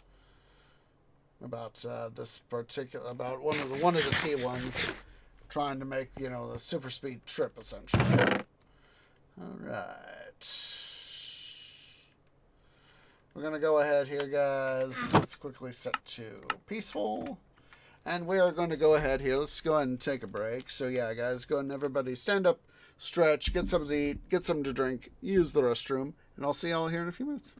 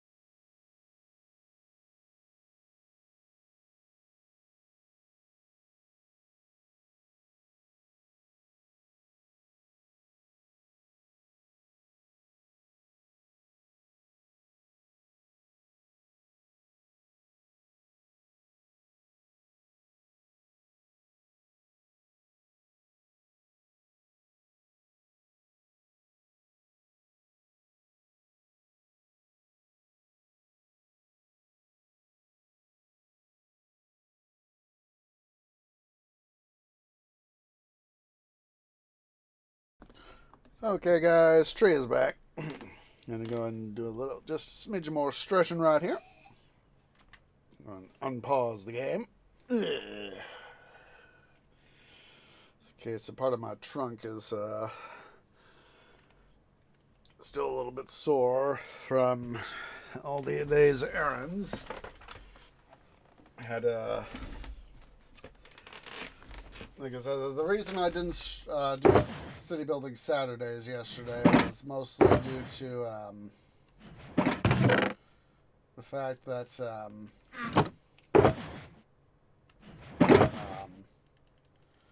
I was just too bloody tired. And just made a heck of a lot more sense to get some sleep. So that is what I, of course, did.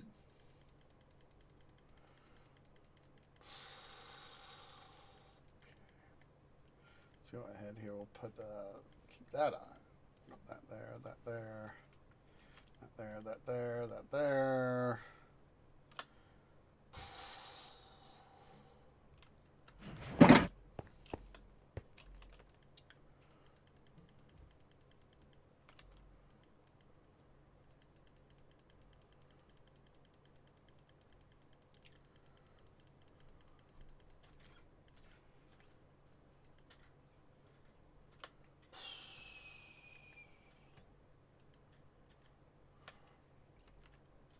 And we're going to have to make a run at it with our stuff here to the end of the system here. That's all full. That's all full. That's all full. Wait. What's that here and there? That doesn't go there. Oh, nor does that. Nor does that.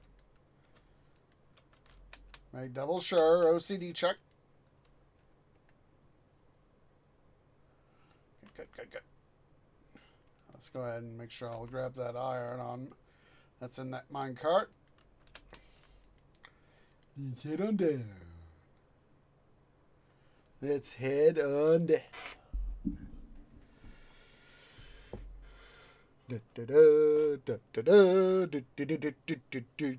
Following the mine carts abreast of a mine cart that now cannot keep up with me. Slowpoke.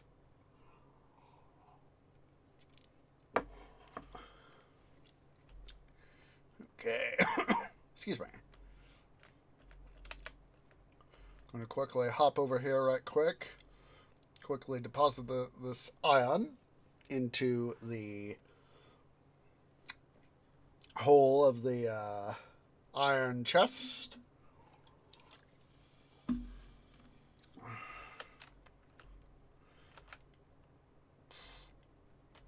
Where is that chest?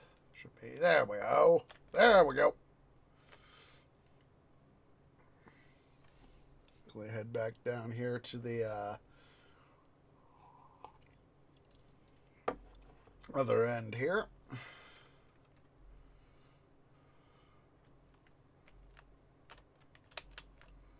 And, oops. These guys should all be empty. Time for a transload.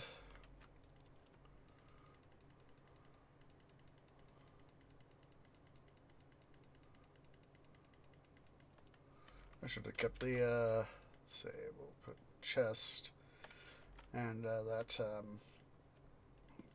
was it right there? Enchanted book.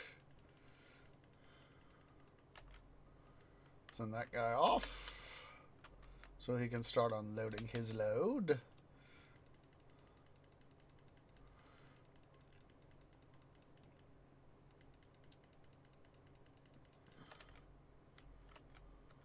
Oh. At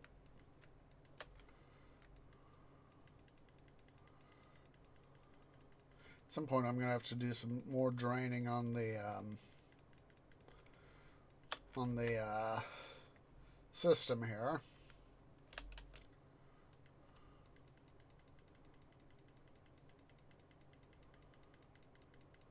Because, well, we're going to have a lot of stuff.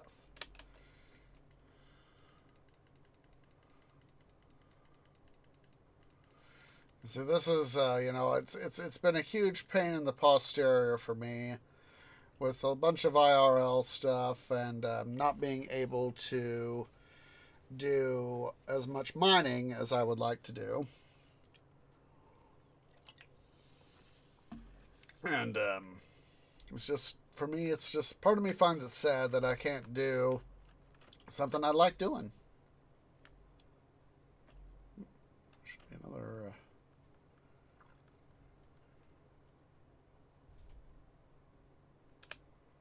Oh, that's why. Duh. I was like, why is there a mine cart on this first track right here? And then I was like, duh.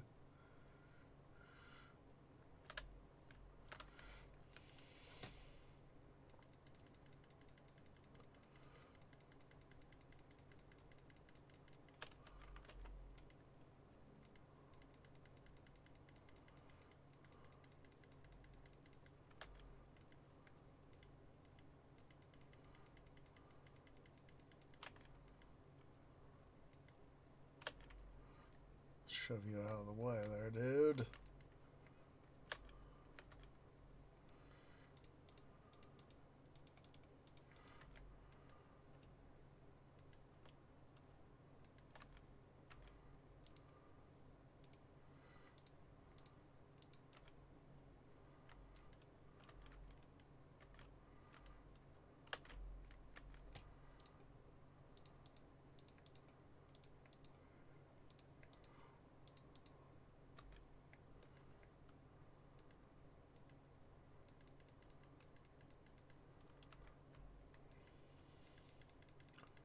Let's go and get this guy shunted out of the way.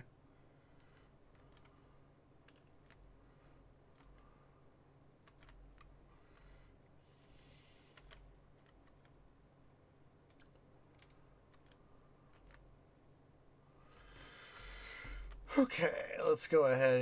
This is exactly why I said the system needed to be drained.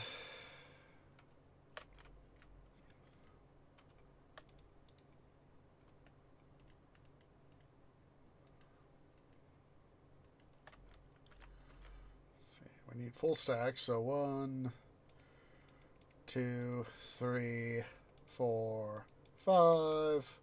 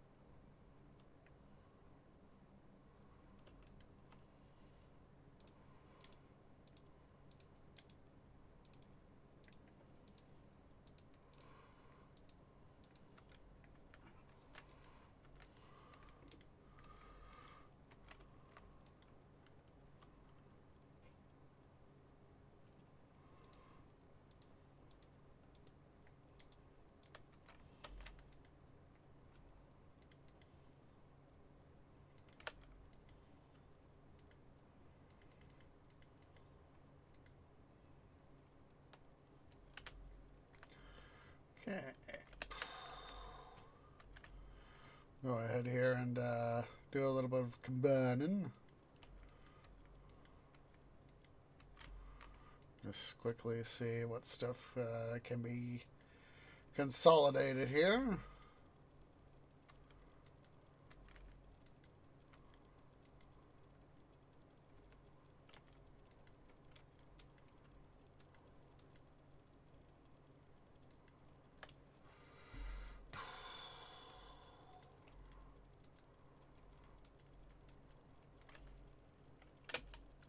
So I've got a lot of stuff that I need to worry about in here. Consolidating and all that. Extracting, taking up to the upper works in the item sorter.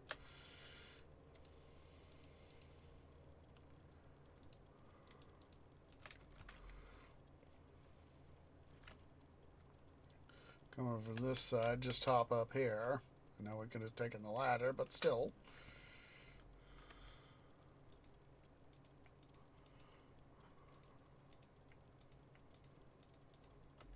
There, some gunpowder right here.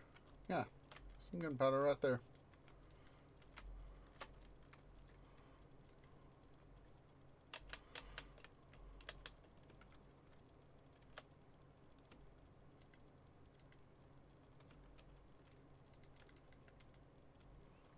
It's pistons. Hurt. Didn't make it. Hurt. There we go.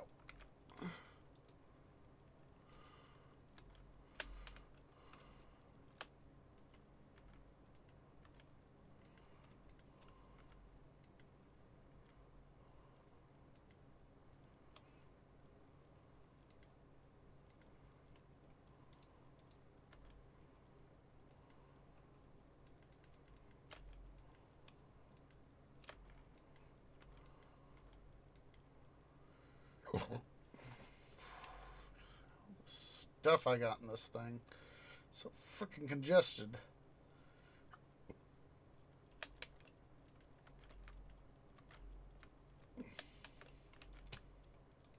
One, two, three, 4, 5. No, no. Go where I want you to guys go. 1, 2, 4. Don't tell me you're bloody full, you stupid hopper. Of course, it's covered up from the bottom, so what else is new?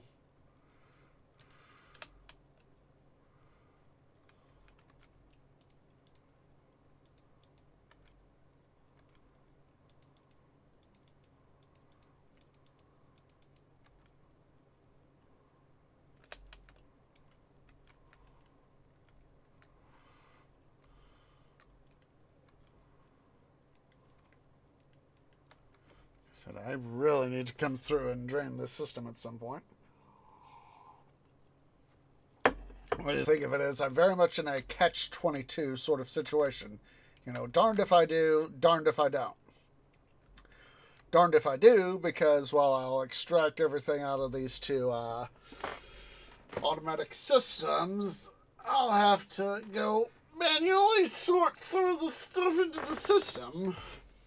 Up top side, most notably, you know, like the andesite, diorite, granite, other things I'm going to have to stow into the automated system. But the other side of the equation is that in order to get all the chests and hoppers and all the other stuff I need to go do mining, which, you know, it's I'm darned either way. I am darned either frickin' way. And so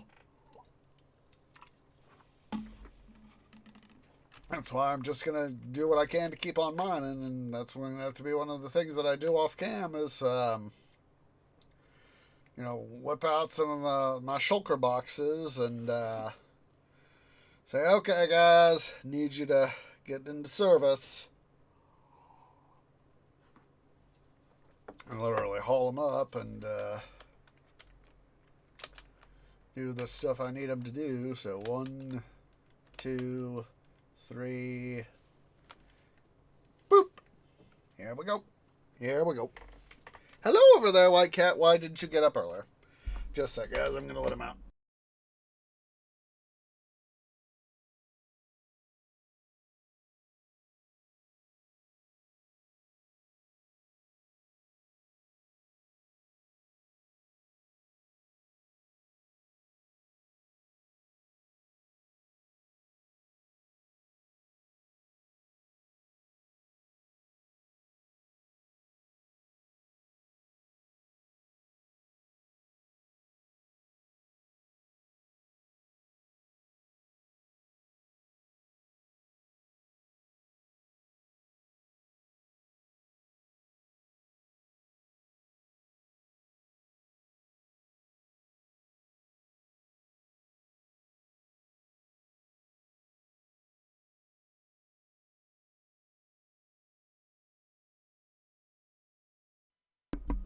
Okay, guys.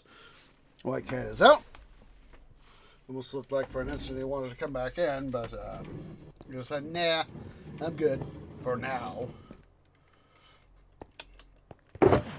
All right, let's go ahead here, grab our stuff here.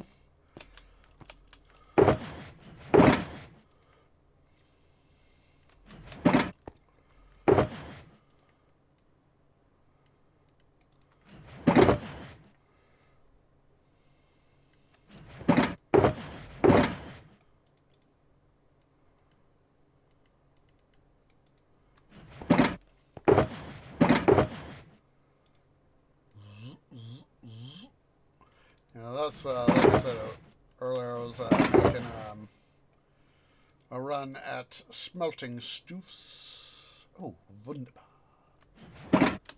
Wunderbar, wunderbar, wunderbar.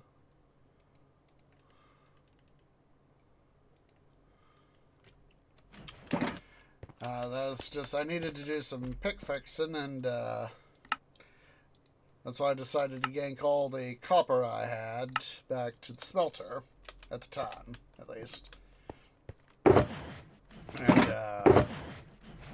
so I did so, and managed to get, didn't get all the experience used up that I wanted, but I did get some of it used up, so hooray! And, let's see here, I need, torchies, so let's get some torchies. There we go.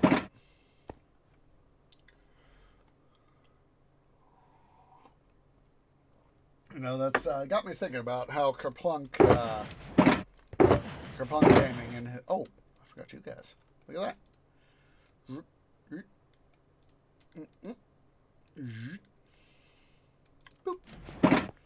How Kerplunk calls orbs and Titan Quest Orbies.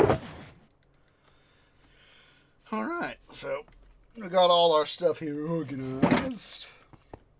It's a tree, you know, seeing, you know, that amount of iron even in block form is like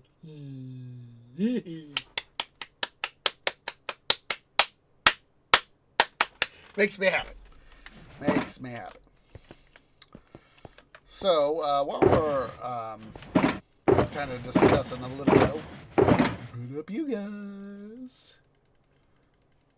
While we're kind of on the topic of, at least superficially on the topic of, well, I'm thinking about it, of course, on the topic of vacation. Next week would have been the normal commencement of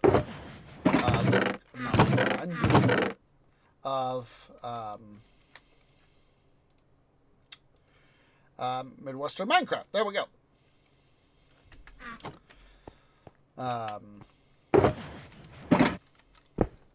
But of course, with it being vacation and all that, I am, of course, am not going to be able to start. You know, I don't want to be broadcasting without all the stuff I like. So, we'll just go ahead and leave that guy as is. Make sure he's full. 22 more. Yep. So, we will, of course, return for the normal 3 weeks of Minecraft, starting not a week from tomorrow, Monday, but 2 weeks from tomorrow, Monday. So that'll be a thing.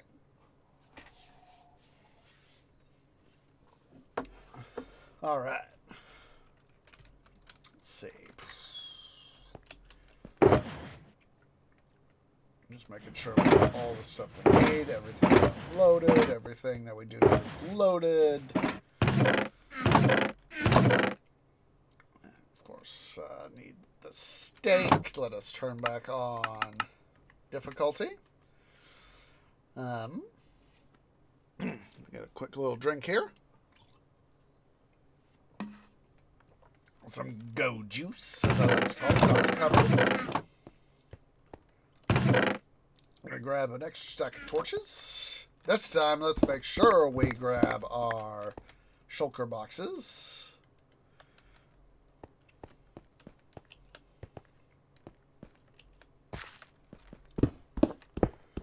And we will get back into the mining. Yeah, that little thing we had this last side gallery with all the that cave exploration, that just brought us a whole freaking bunch of stuff. Very much needed with the iron. It's going to help me out tremendously.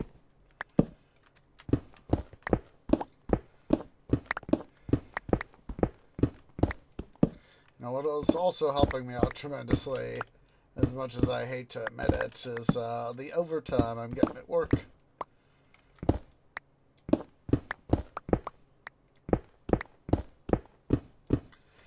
I'll admit, though, it is a huge pain in my tree arse. Mostly because, I want to be going. Yes, I work a very physically demanding job, but I go to the gym after work as part of my de-stress routine. Because as much as it's a pain in the arse,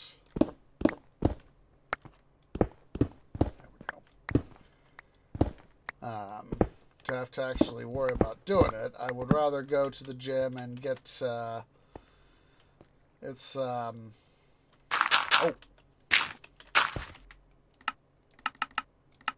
we go.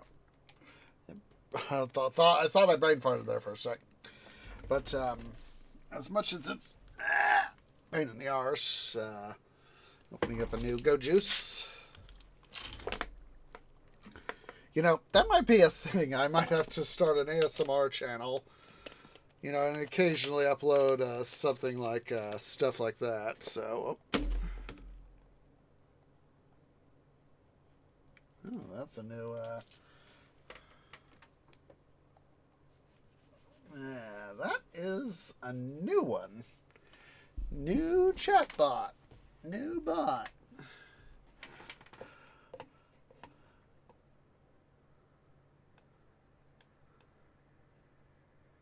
That is definitely a new one.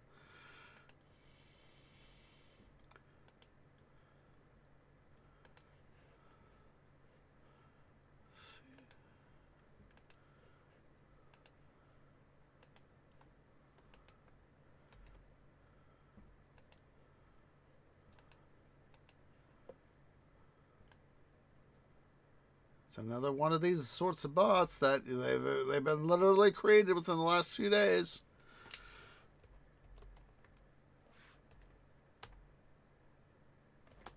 You just gotta love the fact that, you know, people go to the trouble of creating a bot to swindle people of money when they could be doing something far more productive with their lives. If I was more programming savvy than I have a very limited amount of programming experience. If I was more educated in programming, I would, I'd probably find something to do. I'd probably,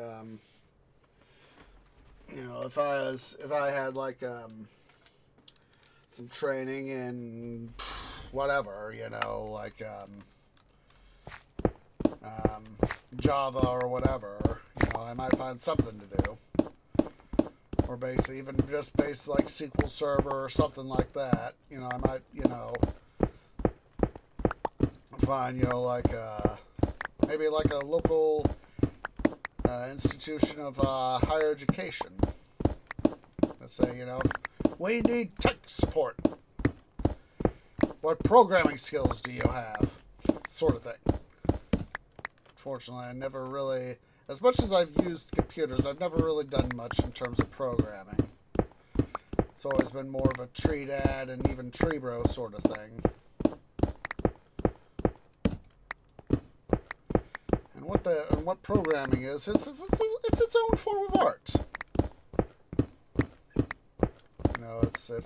If you think about it, what it takes to do, a netherite sword being based on a diamond pickaxe, or a pickaxe, a sword, depiction of a clay ball, iron, stake, dirt, a torch, plainstone, diorite, andesite, granite. This is all programming. In this case, iron. It's just, for me, I'm a little bit more of the sort of use the program, let other people do the heavy programming, lifting, take what they've programmed, and, in this case in a game, and make something beautiful out of it. Like smelters. And impressive bases. And farms. That is where I shine. Or it's that I feel that I shine. I still remember back to my first real world that I really was able to do a lot of stuff on, my 1.8 world. That's where, of course, andesite, diorite, and granite were all introduced. Oh, hello. Knew this was coming. I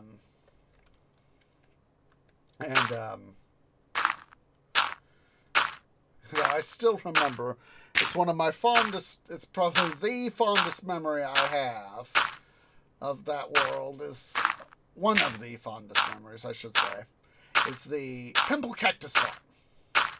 Where basically, I built a dome, and we've got over here, up at the in front of the sugarcane farm, we've got the don't be a dum-dum tree. Where we've got the hopper minecart. Oh, jeez Louise, White Cat, I will be with you in a moment, White Cat! We've got the minecarts, hopper minecarts sucking up the cacti. I still remember when I finally got it finished. I was like, well, here's the cactus farm. It looks like a giant pimple. The pimple cactus farm! Reminds me of a pimple. Just a second. I'm gonna let White Cat back in. Just a second.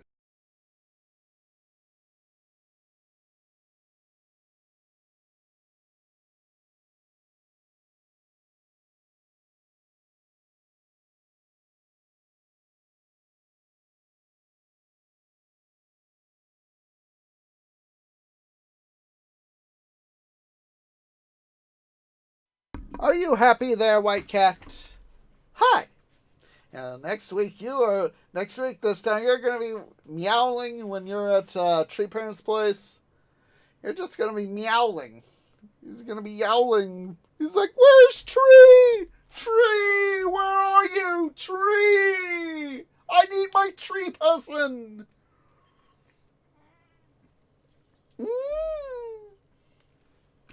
Hi. Hi.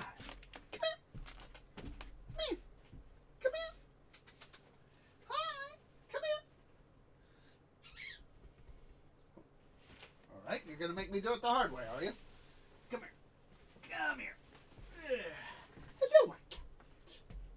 Huh. Hello. How are you? You, sir, are an attention eater. Yes, you are. Oh, careful there, Tree. Don't put your roots in the wrong place. Ooh, yes. You love the screeches. Oh, the screeches. Screeches, screeches, screeches. You love all of the screeches.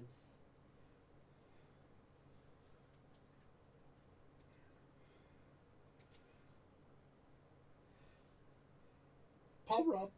Paw rub. Basically, I'm taking a few of my twigs and rubbing his left forepaw. Hi, don't you like that? Don't you like this?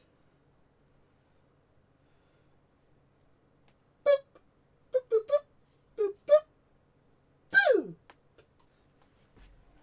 All right, there you go. What? You didn't like that toss? You're so used to being tossed. It's It's, it's not like quite like like Lord of the Rings, in the Fellowship of the Ring, when they're escaping from the Balrog, it's like nobody tosses a dwarf. Roar! Oh, not the beard! And then, of course, in the Two Towers, it's like, I cannot jump toss me. I cannot jump the distance you have to toss me. One of those things is some of the more unusual aspects of Lord of the Rings. So, yeah, it's I mentioned that, for White Cat. Reason, of course, that he is having to go over to Tree Parent's place is that Friday evening, roommates are going off on their own trip. They're heading. I cannot disclose the specific location, but they're heading out east. Sort of going in opposite directions. They're heading out east toward the East Coast. Like I said, I am not at liberty to say where specifically.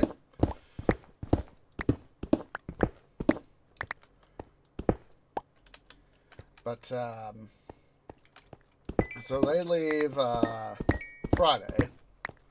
As soon as they, when I would normally be getting out there, they're going to be getting ready to leave to do their thing.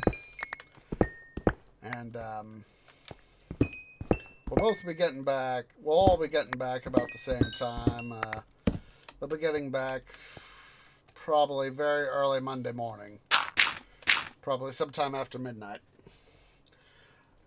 Treat here Central Time. Jeez Louise, White Cat. I can't even finish the story and you want.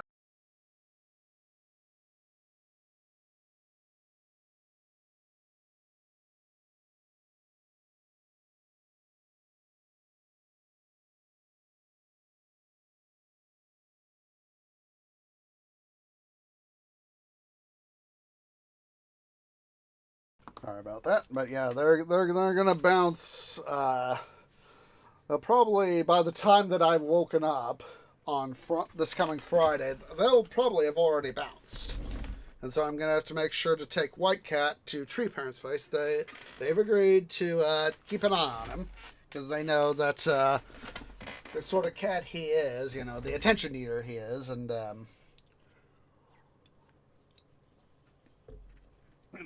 if roommates weren't going out to do their trip, they'd of course keep an eye on him. But we inevitably managed to somehow, very unintentionally, get our vacations more or less synchronized. And so, well, it's a case of we made sure not to buy. I still had to run some errands today. Take care of some stuff. And, let's see here. Let's get some dirt. And, so yeah, I still had to buy, we had a couple, the local grocery store or one of the local grocery stores had a good sale on some canned goods. So, I went ahead and, went out and, did a couple other things related to, oh, hello there, Cole. Did a couple other things related to getting ready for the trip. Bought some stuff like some sunscreen. Yes, some specialty sunscreen for my bark. Because, of course, me as being at a lower altitude than where I'm going to be going in Colorado, I made sure to get in touch with a bark specialist a couple weeks back. I said, hey, here next month. This was middle of April. I went and said, hey, hi. Yes, I did. I was having another brain fart. Did I say difficulty? Yes, I did. So yeah, I got in touch with was able to get in touch with the bark specialist that I'd been able to that I needed to visit, that I'd visited previously. Had to go through that whole rigmarole of making sure that it's like, okay, are you you're this Osage Orange, right? And I was like, going through all that. And once I finally got in touch with the bark specialist, I said, okay, I was like, I just got a couple questions I got for my upcoming trip to Colorado. What do you, and I laid out the situation. He was like, what do you recommend? Well, I was like, well, first of all, of course, make sure you're planning on using sunscreens, right? And I was like, yeah, that's part of the reason why I'm getting in touch with you. Is I want to know what sort of bark sunscreen do I need to be getting my twigs on? And, I got some recommendations, for bark sunscreen and all that sort of stuff. Literally that full already.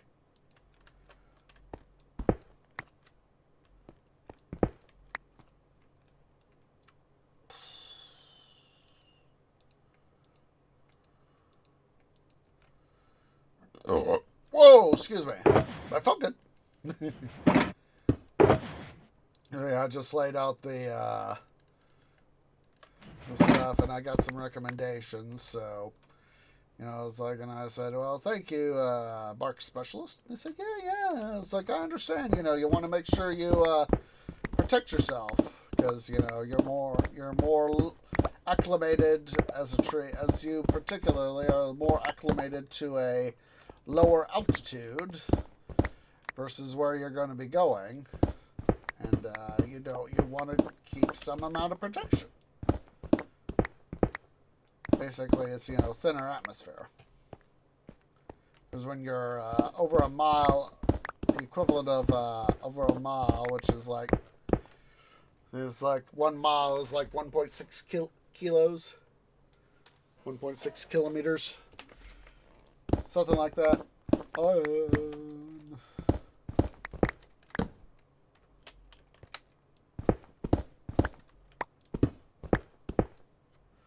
There's a lot less atmosphere protecting you.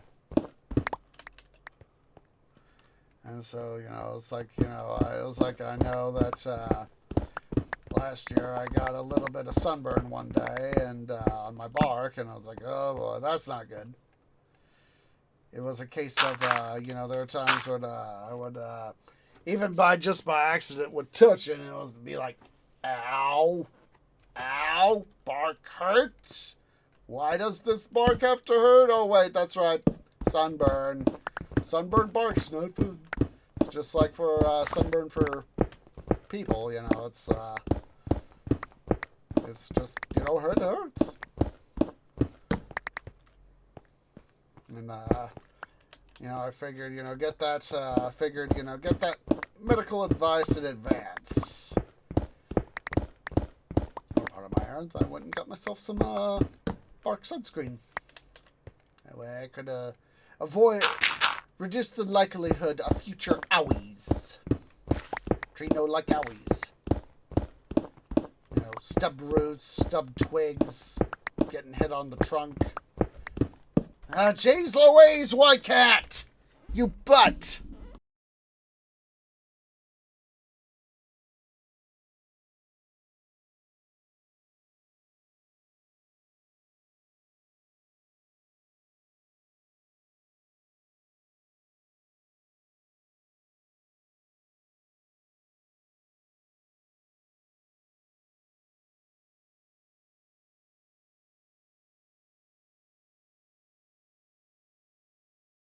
I tell you guys, roommates are sometimes very irked at how much of a needy child White Cat is, and how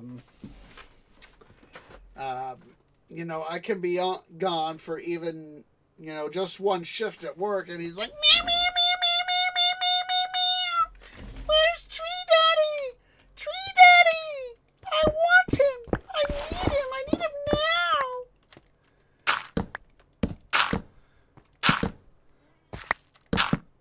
Even now, while I'm streaming, as usual, he's mewing at me. Why, cat? Why do you have to be such an attention needer?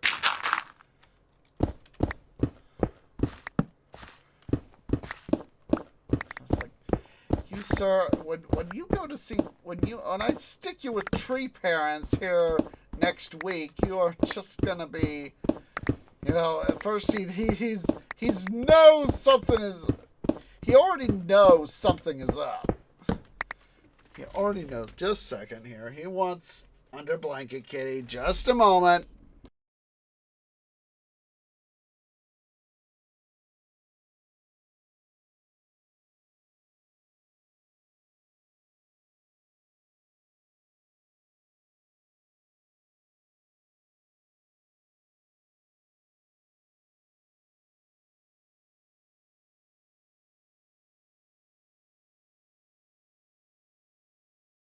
He is smart enough, more than sufficiently smart enough. He already knows that something is afoot between me and roommates. I can tell you, a week from yesterday, and now that it's Monday, when I get up at god-awful AM to be able to make sure I get myself underway to get to Durango, he knows something is going to be up. 2, 3, 4, 5, 6, 7, 8, and get to the iron. Now he is going to know that something. He'll know that because of basically, I'm going to make sure that I've already gotten a lot of my bark ready for the trip. All I need to do is just, of course, pack. Which is why I need to make sure that I have Tuesday and Thursday streams of Titan Quest Season 3. And that is just, of course, going to be a huge pain in my arse. It's going to be a huge, huge pain in my arse. Having to worry about that. But I'll do it. If I can do it, I'll do it. I should say. Oops. Excuse me, but it felt good. He already has an inkling of stuff that is gonna, be happening. And, roommates and I, we've been, ever since we found out that, because they were able to get their vacation scheduled more or less at the same time, I was able to get my vacation scheduled. I was like, well, what? They were kind of as well, what we're going to do with White Cat? You're going to be out of the house. We're going to be out of the house. I was like, I'll just take him to tree parents. I'm certain they'd be more than willing to deal with his drama. And I was like, yeah, that makes sense. If it ain't broke, don't fix it. And since tree parents, of course, are willing to help take care of him, he knows of them, they know of him. There won't be quite so much of a shock to the system if I were just to, make arrangements with the vet and say, hey, could you guys watch White Cat for me while I'm on vacation? And have him be, at the vet's all week, I'm lucky that, at least the vet I go to, not all vets are, of course. They're open on Saturdays. They're closed on Sundays, of course. But it's only, limited hours on Saturday. But, oh, hello. I have got to, let's make a deposit. A double deposit.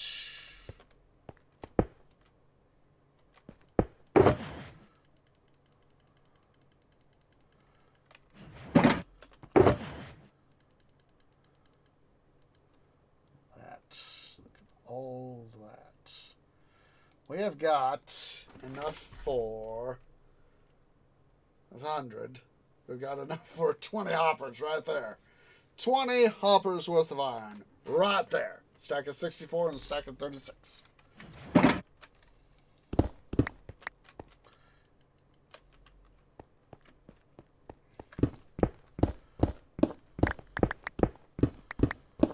Oh yeah, it's fortunate. You know, it's in my book. It's a little bit better for White Cat that he's with people who would know him a little bit better, that are willing to put up with his shenanigans, shall we say?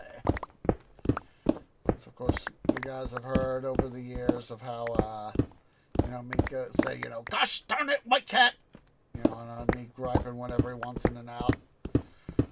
Or whenever he wants to be an attention needer.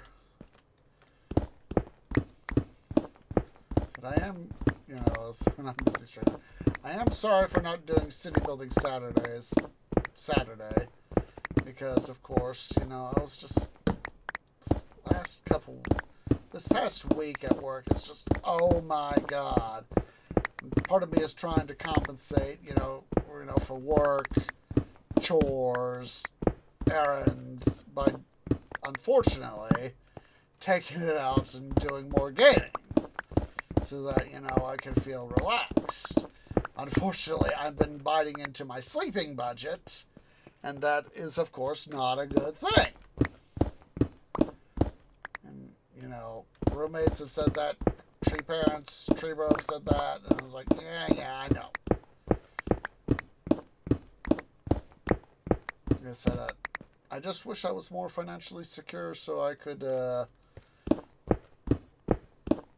know, be able to, you know, spend more time making content, and not have to go work.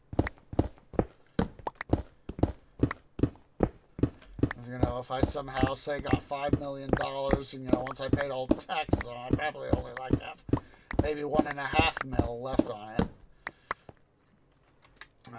One thing I'd want to do is I'd invest the heck out of it.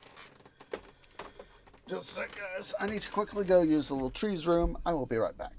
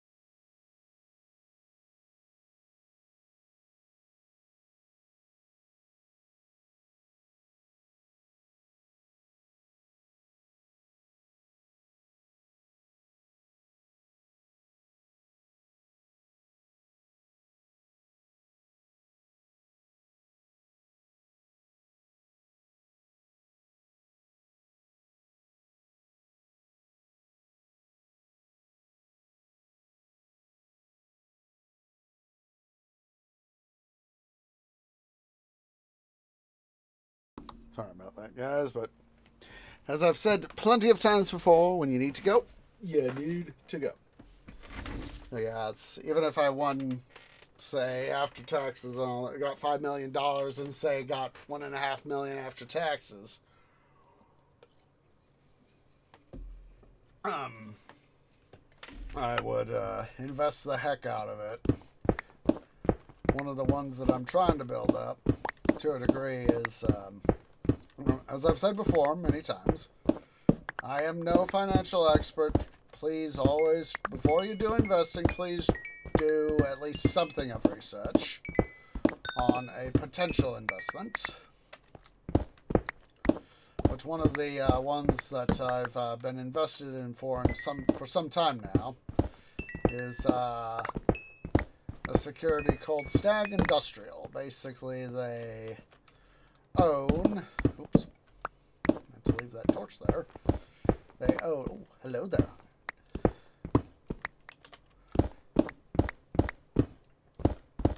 Oh, that's all they. What a ripoff.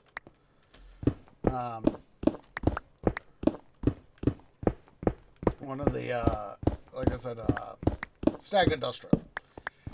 They own warehousing. So, they own industrial warehousing. So basically, places like, actual business that'll actually, they'll hold on to goods and, ship them, actual warehousing facilities where, they'll send, product. They'll receive product from at least one, if not multiple points, and then send that product to at least one, if not multiple points, and send the product out. If it'd be a transshipment site, going from point A to point B, or multiple point A's to multiple point B's, and or actually, kind of like where I work, Home Depot, an actual, retail warehouse sort of environment where, people, where the facility, depending on its nature, will receive product and then it'll get sold to customers. That sort of place. And I was just, this was, of course, some time ago when I first learned about them. I was just looking into monthly paying dividends. Companies that stocks, securities, and were paying on a monthly basis. I was just looking to see what there was to see, and I came across Stag Industrial as part of my research. So I did some deeper diving into them to see what they did, and so basically, like I said, they do. Secured. They acquire warehousing-based properties, store goods and transshipment to some manner, to one degree or another. And as I took a look at my stuff, and I was like, yeah, I feel that this is a company I could support. Not as many of the things that I may like about it seem to be there, but a lot of the stuff that they seem to be doing seems to be lining up with a lot of what I like. And of course, each particular investor is going to be their own particular deal. As I've said, I am no financial expert. I am no stock expert. Please try to do your research. I've occasionally gone back and see, this has gotten a little better, or that's gotten a little worse, sort of thing, on some of my securities, but, or not. Oh, hello. Hello. What? Wait a minute. Tree is confused. Oh, this is... Here I am. I just went mining past the stop point, and we ended up in an underground reservoir. Let's just take a quick gander around. Just a very quick gander.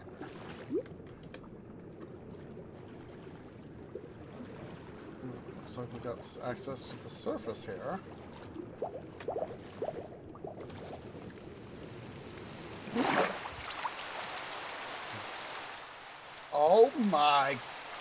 Oh my goodness! It's the village! It's my village! It's the nearby village. There's my house right over there. Look at that! We've popped up here by the village. Oh my goodness. Look at this. Look at this. I knew we were kind of out this direction, but I didn't know how far out we actually were. Look at this! Hey, villagers! Hey, it's your local sentient tree. Just coming from a mining expedition. We need to do some... Let's tree do some community service.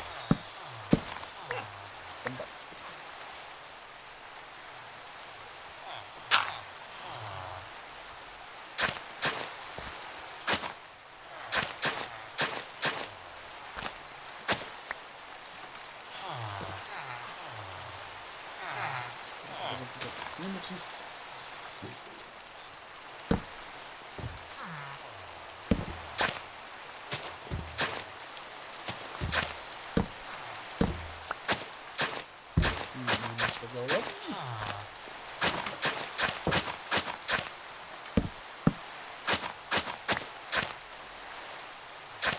Well, please, Mr. Golem, please move off that block.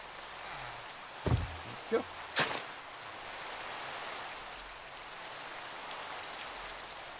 I knew I was in this general vicinity, but...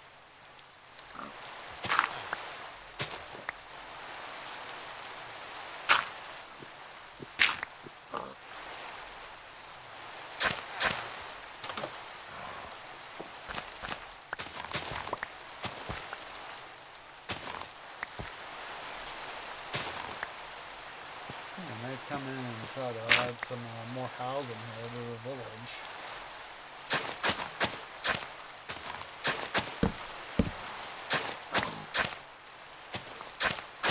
Oh, I forgot we could do that now.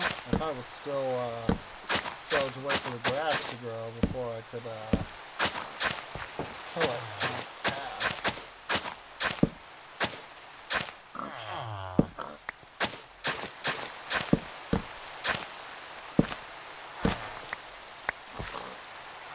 Dum.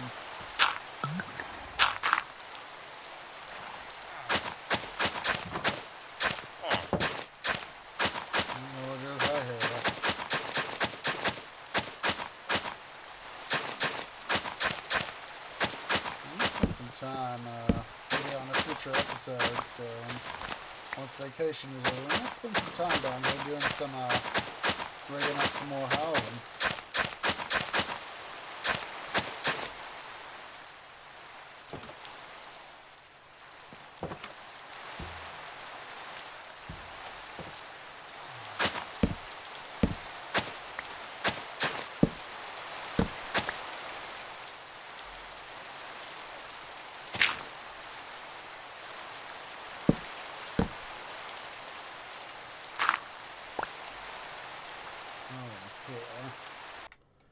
Make sure we're on peaceful, so we don't get Zambits trying to come in and raid the village, or pillagers coming in and try to raid the village. Let's into a little dirt right here behind this house right here.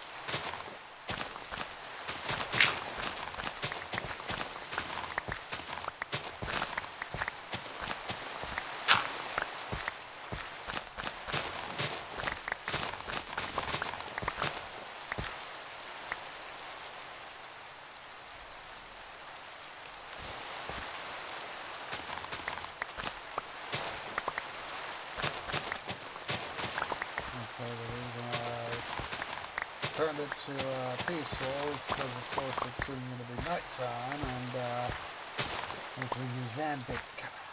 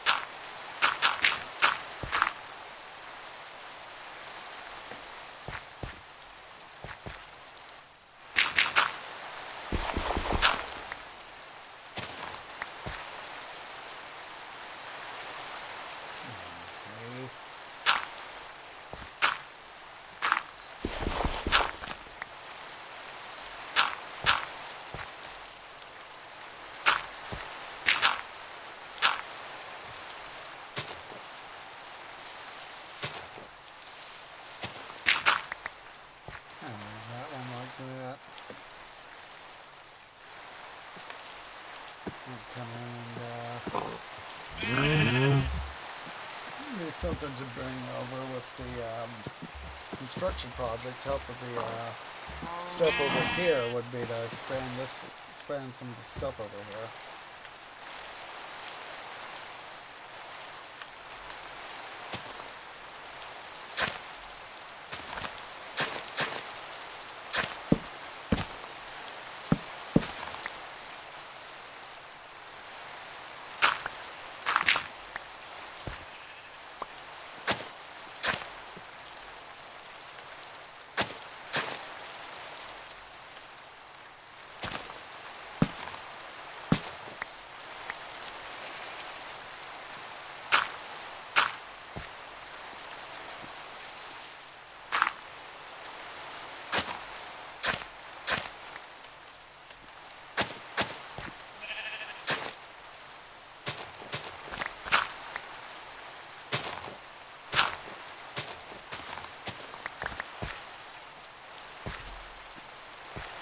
Like I said, I think we could, that would be kind of a nice thing to do for the villagers, would be build another couple iron golems.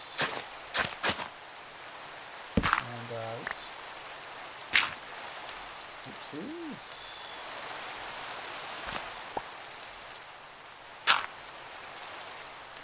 You know, say, come over here and build up a little bit more this way. Oh, that's over there.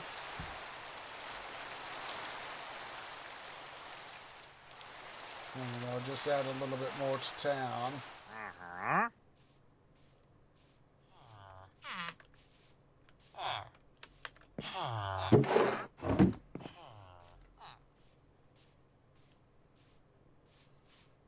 Let's come over here to our little house. Oops.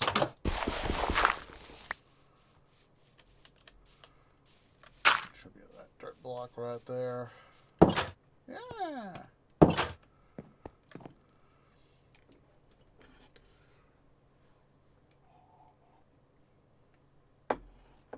All right.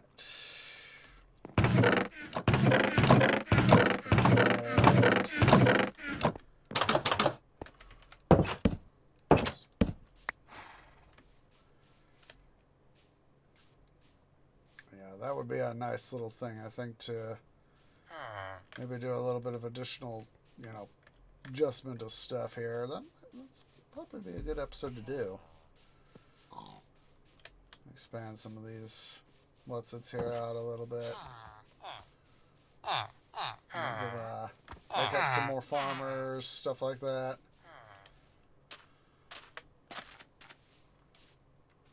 Huh? So, it was between. There you go.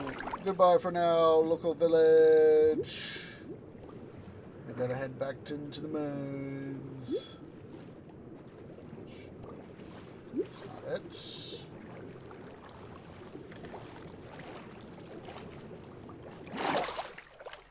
Should be in this area, proximal area here. I remember there being kelp. Should we get that? Iron!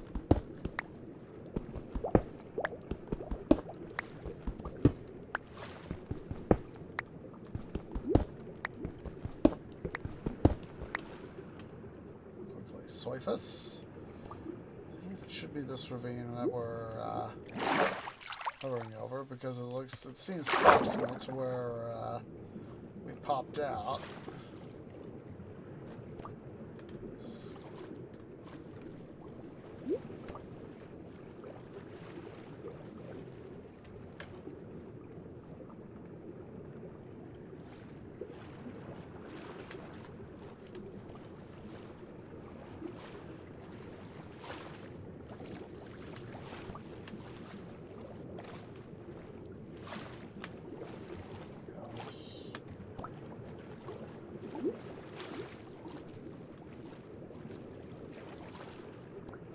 I hope I don't have to worry about running all the way back to base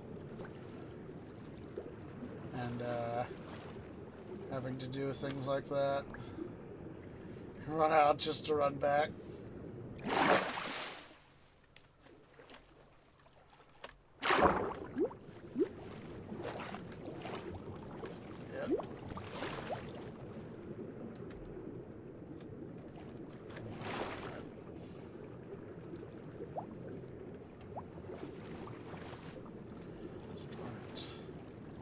Spent just long enough to be able to get myself confuzzled where I need to go.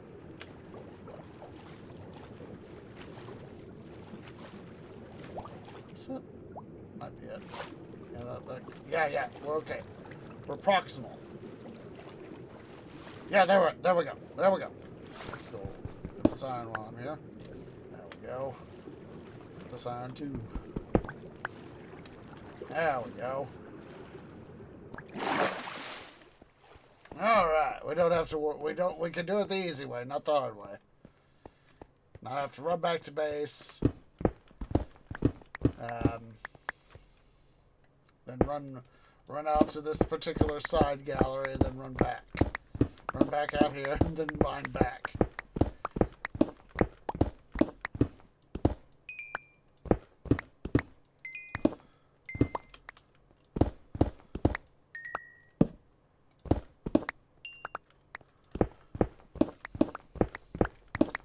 I think we'll probably call it an episode once we get back to main mine shaft.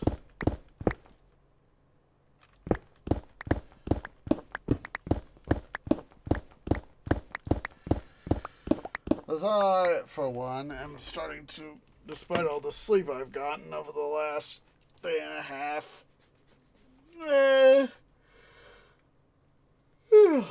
I am feeling tired. Of course, work's working me like no, there's no tomorrow, so.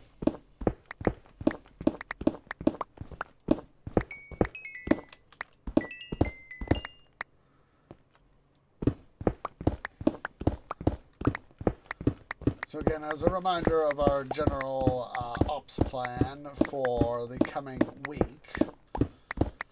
later today, Monday, as well as hopefully Tuesday and Thursday, we will have another couple episodes in our bookmarker week of Let's Play Titan Quest Season 3. Oops. Double oopsie poopsie, but we can do that. There will be no episodes of content starting Saturday, because again, I leave a week from yesterday, Sunday, so 6 days from now I will be leaving for Colorado, and it's going to be a little bit of a road trip for me. It's going to be like a 14-hour something drive, ultimately.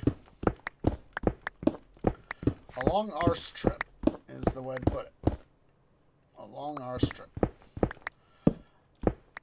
But of course I will in what time I might be able to spare, I will try to do some mining. And a week from, 2 weeks from today, because a week from today I will be in Colorado.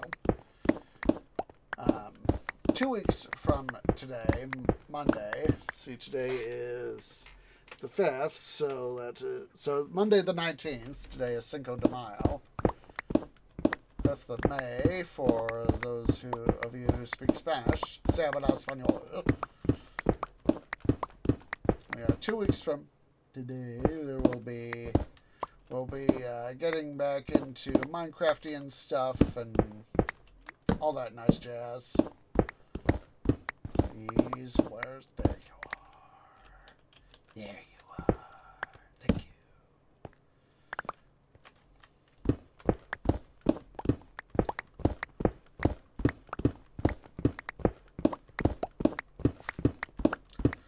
And we'll be doing a 3 weeks worth of that, and then we'll go back to Oopsie poopsies. And then from there, of course, we will return to Age of Mythology Retold. Then let's play Valkyria Chronicles 4. And we'll be back at Titan Quest.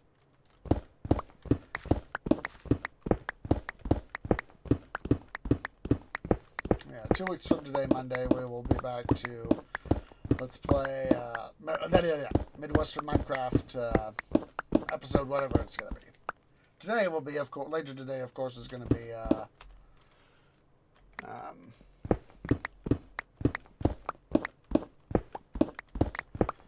let's play Titan Quest. I want to make sure I get myself, some time to rest. Because work has just been an absolute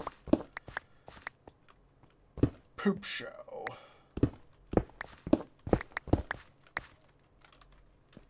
Sure how much mining I'm going to be able to get to do while I'm in Colorado, but if I can squeeze an amount in, I will. No guarantees as to... Whoa, hello. Hello. Hey, bloody stoofs.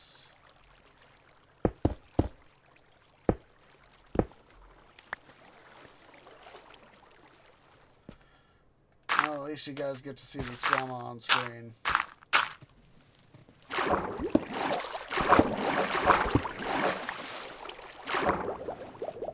Let's take the semi-flint and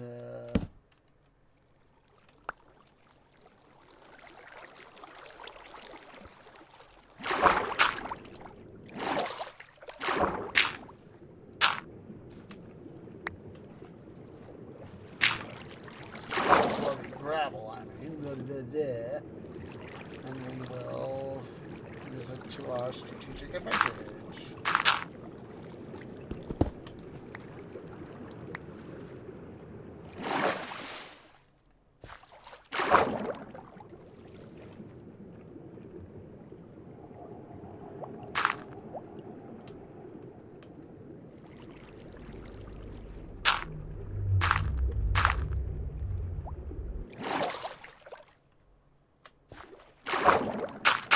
Sure, I got myself aligned the way I wanted.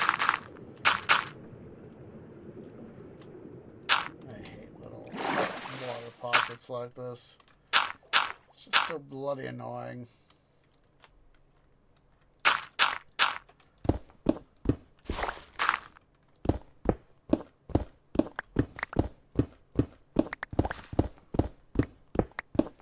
Let me get this at least started a little bit. There we go. More bloody gravel. Yep.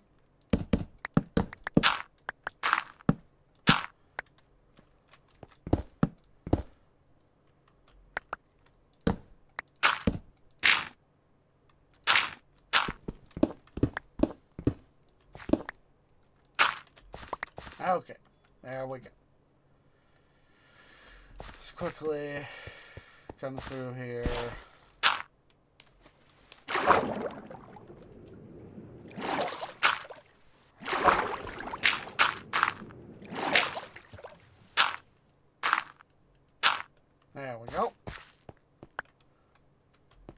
out.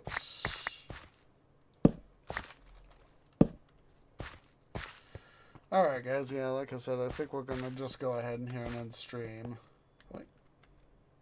There's more bloody gravel we can use to our advantage.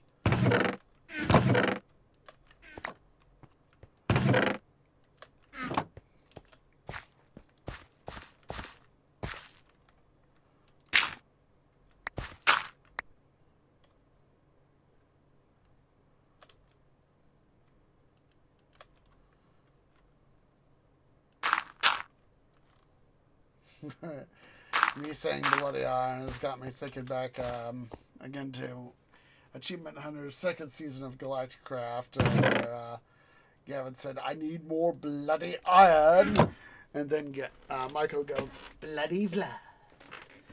So yeah, guys, we're gonna go ahead here. I'm gonna go ahead and oops, wrong button there.